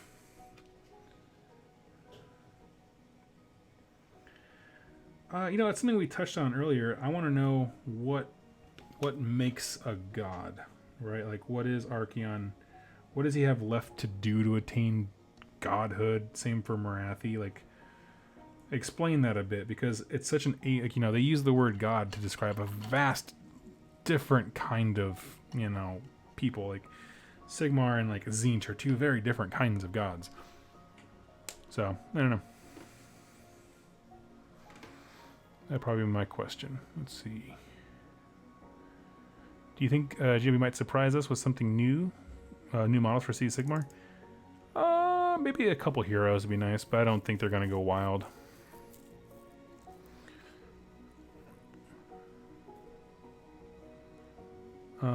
Candicard, we know more about the tithe stuff. They've already revealed it all. It's the new army. It was all teasers for a new army.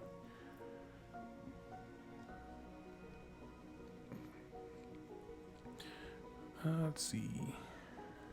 Yeah, a lot of folks have the same opinion of Privateer Press. Yeah, totally. Memphis, have you tried Monster Apocalypse? No.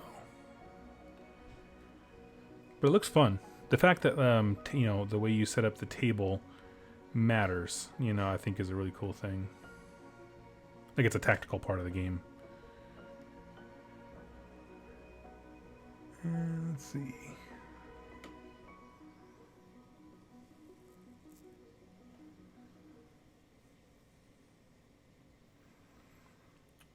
Mark III ruined my Crix army since it didn't fit into the themes. Yeah. MLTY, thoughts on the Orc Stompa? Stompa. That's the big guy, right? You know, if you're taking the Stompa, you're not taking him for points efficiency. You're taking him because you bought a Stompa. That's my official thought. Yeah, I don't know. I honestly, I don't play 40k enough to like know about balancing, and I certainly don't play on the competitive side to know how to make the Stompa good. But I will say, like, when I had my Orc army, I definitely had my hand over that buy now button more than once on the Stompa. I was like, this guy looks so freaking cool.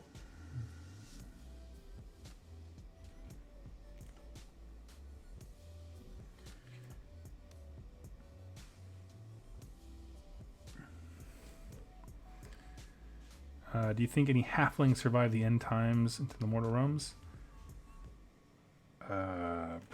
They've never mentioned it, and I don't know anything about halflings in AoS in fantasy battles either. Because I think that army was pretty old. It goes back in the day, wouldn't it?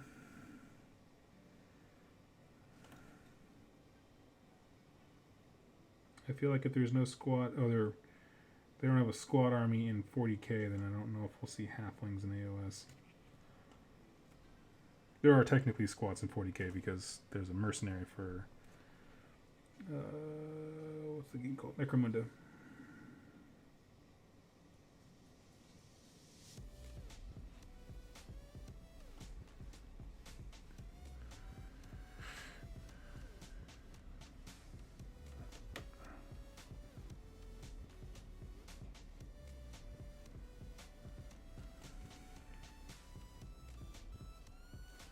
Halflings. Halflings did a lot in the end times. They weren't around in the end times, were they? Dwarves were, but the halflings are different than dwarves.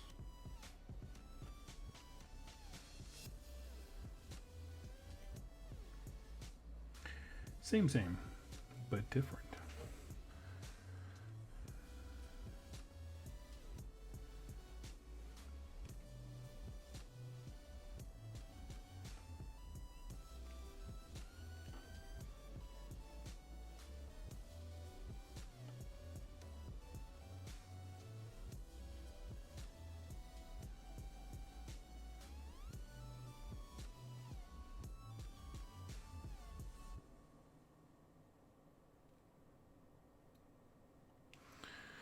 Let's see.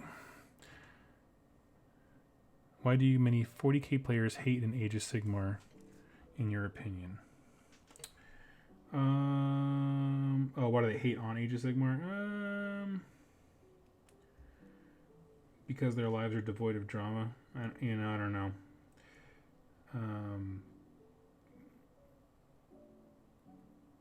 Honestly, I never understood it. I didn't understand it when AoS launched.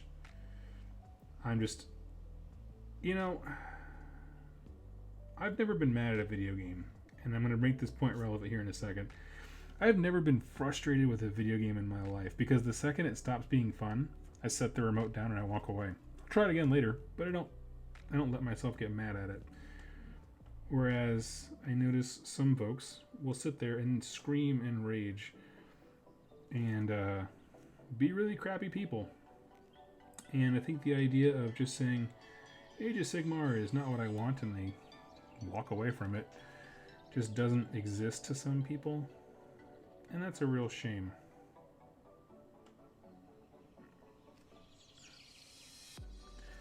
So I don't know. I don't understand human psychology. Maybe it makes them feel better about their game and their purchasing decisions. Maybe they think if they show enough hate, GW won't do whatever they didn't like to their game, meaning 40k. I think it's gotten better over the years. I also think that some people, because they hated AoS when it launched, have just gotten themselves, like, part of their identity of how they think about the game is that AoS is garbage, and so they're just not willing to, like, reevaluate, like, the game and what it is and how much fun it can be. They're just kind of set.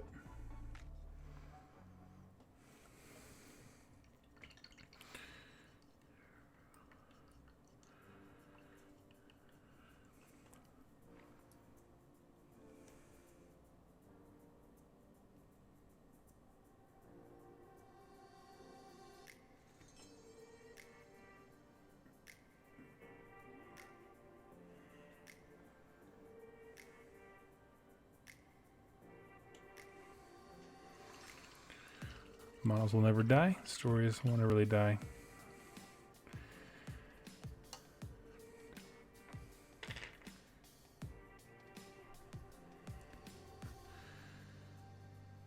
Hey Memphis, I totally agree. There is not a whole lot of marketing and advertising for the way the game has evolved.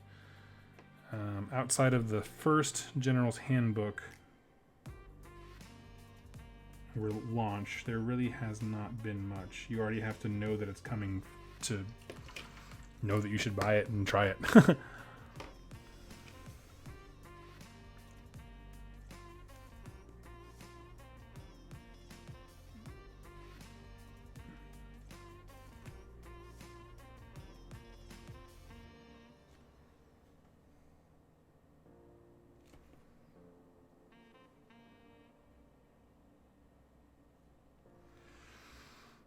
Okay, this guy is turning out pretty darn well and quick.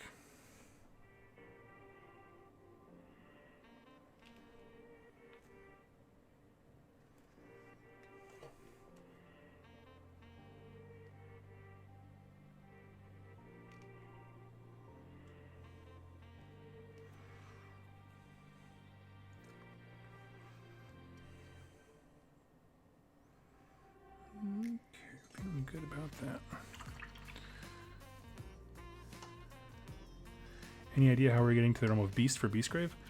My assumption is that the prison that Nagash made is just crumbling, and so maybe it just throws people out in random places. I have no idea.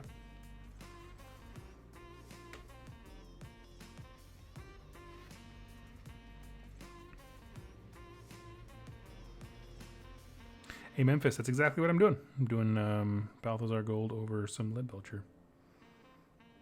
Looks sweet. This guy's coming together, looking fly. Okay, let's gross him up a little bit.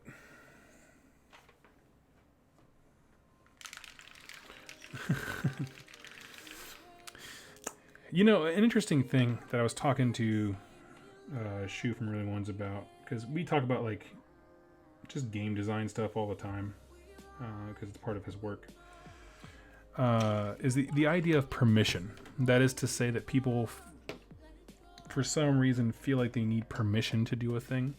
So that is to say, if Games Workshop doesn't any longer produce editions of Warhammer Fantasy Battles, it is received as we no longer have permission to play that game, and so people get mad because it feels like they've been taken away from them. It's like, no, nobody took anything away from you, and you have permission to play it just by virtue of the fact that you want to play it. But there's this kind of like cognitive thing where people like need to be told that it's okay to do a thing, and the fact that Games Workshop no longer talks about the old editions a whole lot. I mean, like from a rules perspective, right? They don't like support the game from a rules perspective. Takes away from that permission, perceived permission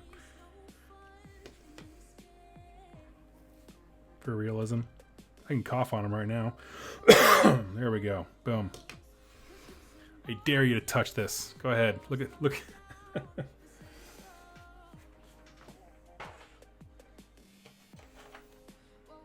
It's like note to self: never touch Doug's models at an event.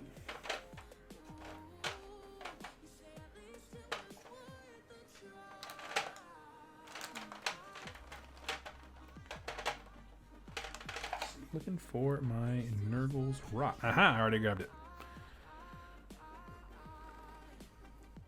Question on the Beastgrave thing. If Fuel comes out of Shadespire, will he feud with the current Rune Father? I doubt it. So he elected the next Rune Father after him. He elected one of his sons. So I highly doubt he would like go around picking a fight since he left kind of ceremonially.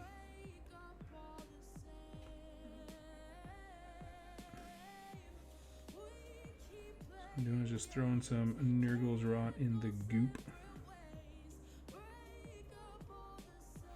He's got his intestines hanging out like you do. You know how you do.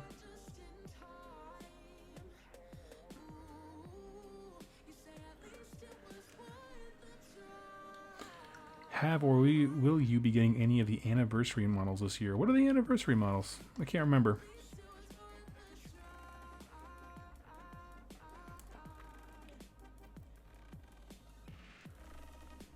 I don't recall.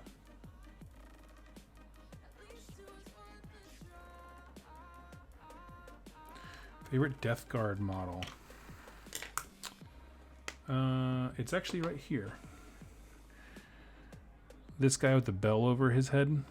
And I think it's because I love the idea of the bell to me, and then Nurgling off the side with the mini bell. And the reason I say that is because one of my favorite AoS stories is during the Realmgate Wars, when the Stormcast are trying to find Alara. I have no idea where she is.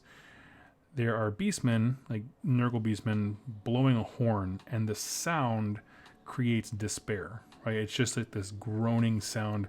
And the point is, his lore I was just reading earlier today is like that same idea of the bell producing this like sound that just sucks the life out of you. Invigorates all Nurgle stuff, but just like ruins the day of anyone else who hears it. And I like that.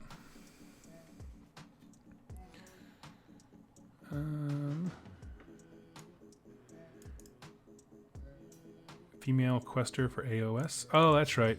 That's right. Forgot about that. Nah, I'm good. Not a lot of the anniversary stuff really appeals to me generally.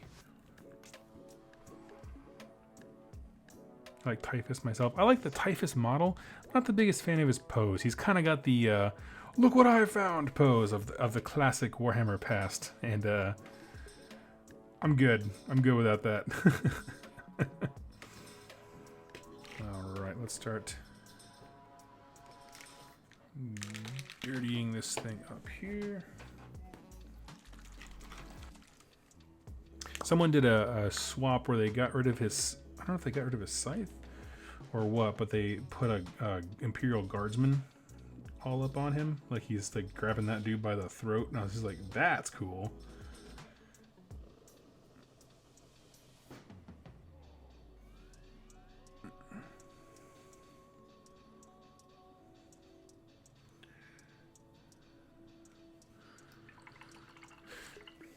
It's a very it's the most Warhammer pose. Yeah, no question. The two classic Warhammer poses are look what I got and look what he's got, which is the old metal two-dimensional ones where one guy is just like that, holding up a weapon, look what I got, and the other pose is pointing at someone far away and going, look what he's got. Oh yeah, there's nothing more Warhammer than that.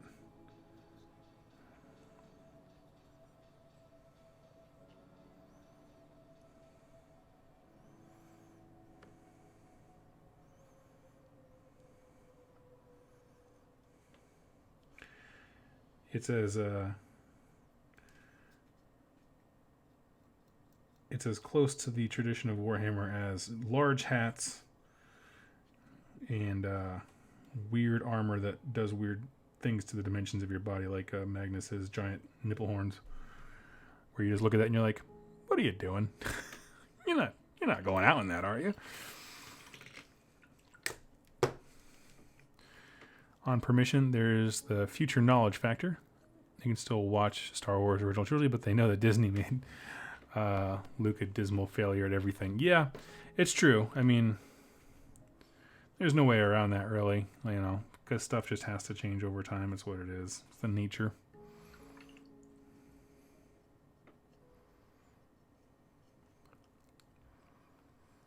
Got my girlfriend coming over, someone logging off. Love the content. Well, thank you so much. It's awesome to talk to you. Another friend from Australia. Sweet. Well, you have a wonderful night, sir.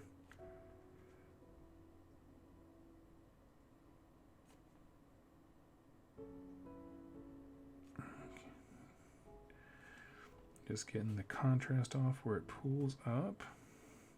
My favorite trick with Wildwood, and I just did it on camera. I'm not sure if anyone was paying attention. So basically, I take a whole bunch of the contrast medium, and I wash the cape in that. So it's like slick surface, and then I take a little bit of Wildwood and just put it at the bottom and pull upward, and all of a sudden it starts to mix on the actual robe itself. Gives it a really cool effect, makes it look nice and dirty towards the bottom. I'll take better pictures at the end when he's all done to show off. But yeah, makes him look rad. Now I want to do that with a Dark Apostle or something. Dark Apostle. Oh, the conversion? Yeah, where someone's reaching out for something? Yeah. It's cool stuff.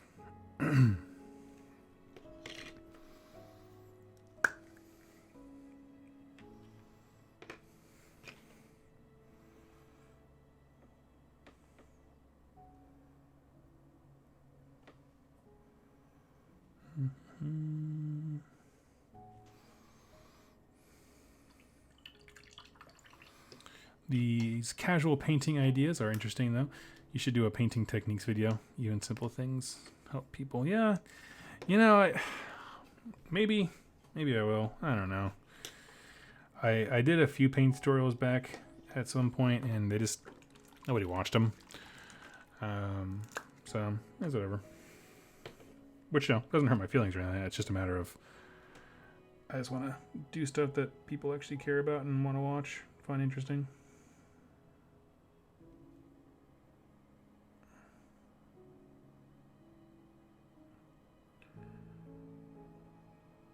What I did learn today, though, after listening to a podcast, is that the Guilliman Flesh contrast paint is an awesome wash for Balthazar Gold, Balthazar Gold and Retributor armor,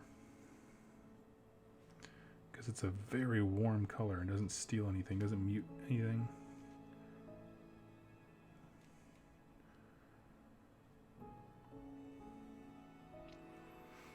Oh, well, thank you for using my Blazing Fire technique. That's awesome. Hello, Patrick Starr.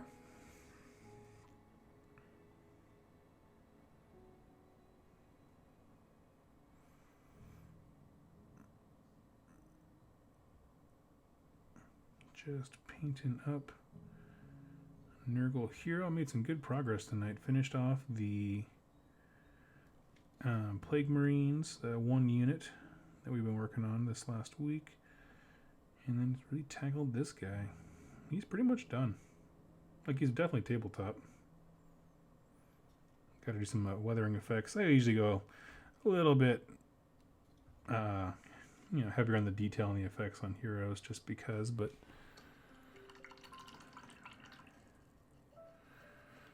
okay, new question. You're an AoS. What race, faction, and whatever would you want to be? I'm an AoS. I want to be the safest, furthest from the battle line because of the existential horrors that exist around every corner. So I'm gonna say a Dwarden Cannoneer dude who has no place in a fight.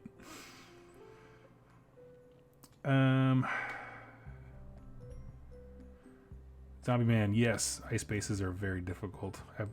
I tried once. I was like, this seems like labor, and it's just like I'm done.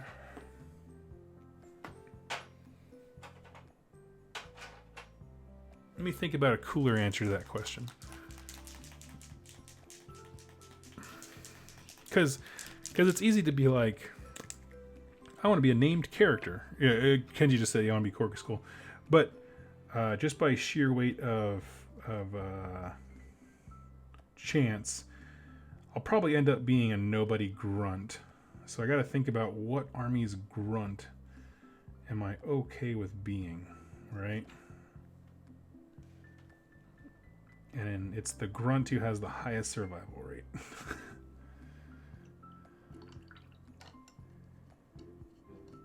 Oh, Memphis, that's not that good.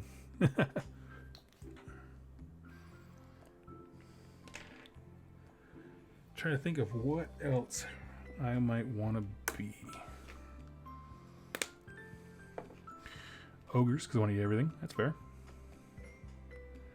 Tree Revenants are a great grunt tier. Yeah, that's true. That's a fantastic choice because they can just run away. Oh, we're not winning anymore? Bye! Okay, what's another good grunt tier? I mean, I think Orcs are the happiest. If we're talking about just sheer enjoyment of life.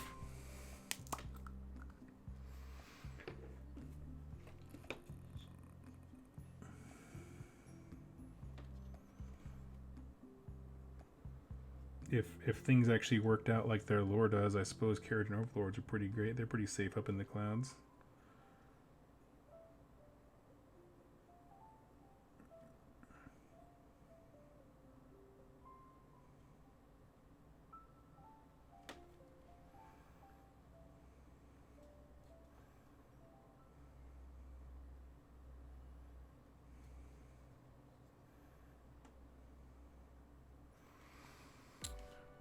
Blight Kings are happy too. That is a fair point. Oh yeah, if we're gonna open it wide up, but like I want to be someone who like tends the Garden of Nurgle and just chill back. You know, be an old British person. Like, the way they write the Nurgle stuff sometimes sounds like an old British guy just tending his garden. I'm like, yeah, that's what I want to be.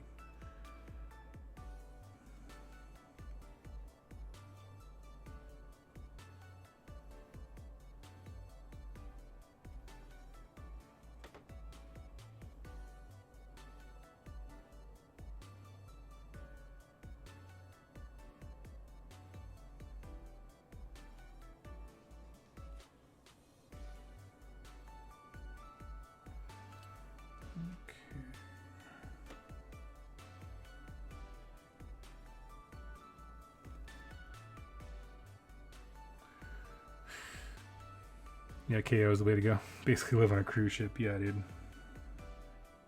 It's a good life.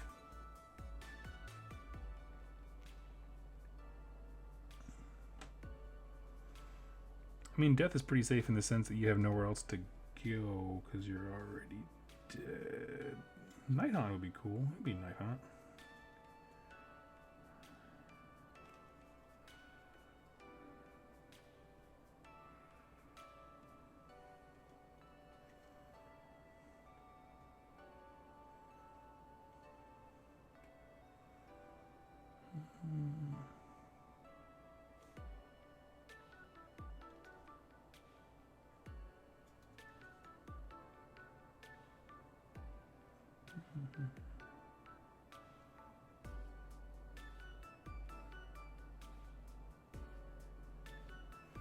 All right. I think Eshin Skaven would be neat. That's true. They're the safest of all the Skaven, I suppose. If I had to pick a Skaven, that's what I would be for sure.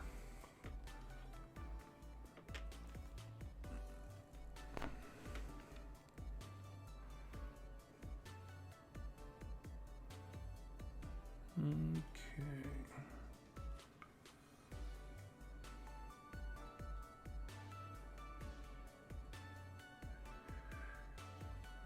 Looking pretty darn good. I'm just making sure I didn't miss any details like the flash and like that. Gotta wait for the wash to dry. I'm gonna do all the rust effects on the weapon, make it look all chewed up. The thing about contrast is like it takes a. I feel like it takes a lot longer. I'll try to do a close up here.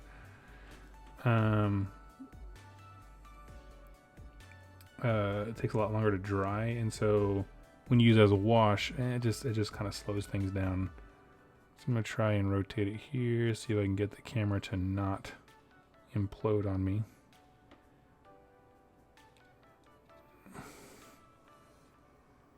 Come on, you just focused on it. You had it before. There's a way to manually do it, but it would screw up the stream, so yeah. Anyway.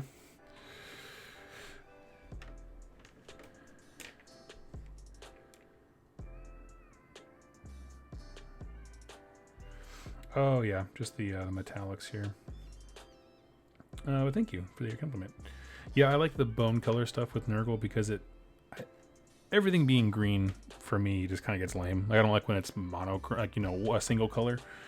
And I find that the bone color is really nice because all the gross things pop.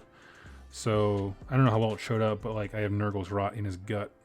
All the guts are obviously popping. All the green color from the smoke pops off of the bone color. Obviously the cape being bright red does the same thing. So I like it that way. Rust effects show up really well. So I think, I don't know. I think it plays out pretty well. Xiang Yu, when we get that GoTrek video? I don't really want to do the GoTrek video, but I should. Anytime I talk about characters from the old world, my inbox floods with negative comments because I get everything wrong. Because I can't keep track of it. So, I don't know. Reluctantly, I'll get around to it.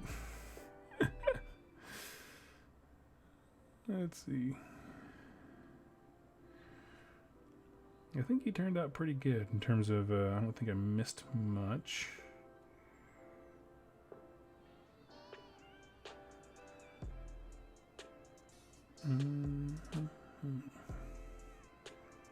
Snakebite leather contrast is my fave.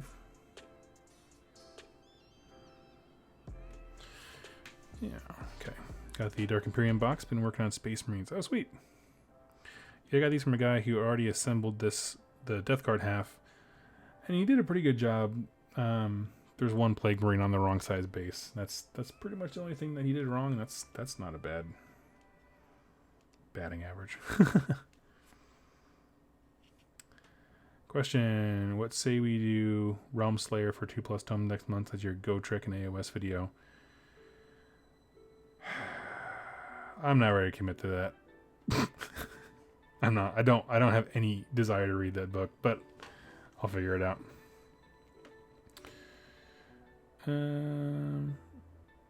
As primary lore guy for AoS on YouTube, it'd be a shame if you didn't do a video on one big characters. I'll get around to it. I will. But I'm just coming back from a hobby burnout, so diving straight into a character that I have no desire to do. And also, I don't let the idea that I do mostly lore dictate what I do. I focus on things that I like and I love. Rather than being like, oh, I'm the lore guy, so I have to do this. I don't do that. I just do stuff that I like. Because that's what keeps it going.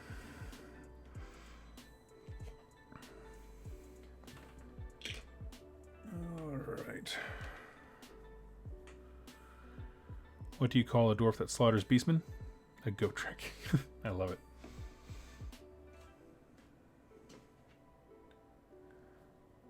Thoughts on fan-made melee heavy Tyranid destruction battle tome? I know one exists, but I never read it. Hey Doug, glad I caught at least the end of this. The time just screamed by. Yeah, it's been a pretty long time. I've been going for 2.5 hours. My goodness, my voice is back. Let me close all these up.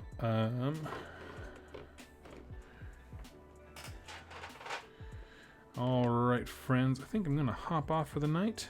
Go have some dinner with the missus and catch you all friends later. I'm not sure what my schedule is tomorrow. Might be on, might not. I don't know. But I will keep you posted. If I know, I will announce it ahead of time. And we'll hang out then. So yeah, anyway, y'all have a good night and I'll talk to y'all soon.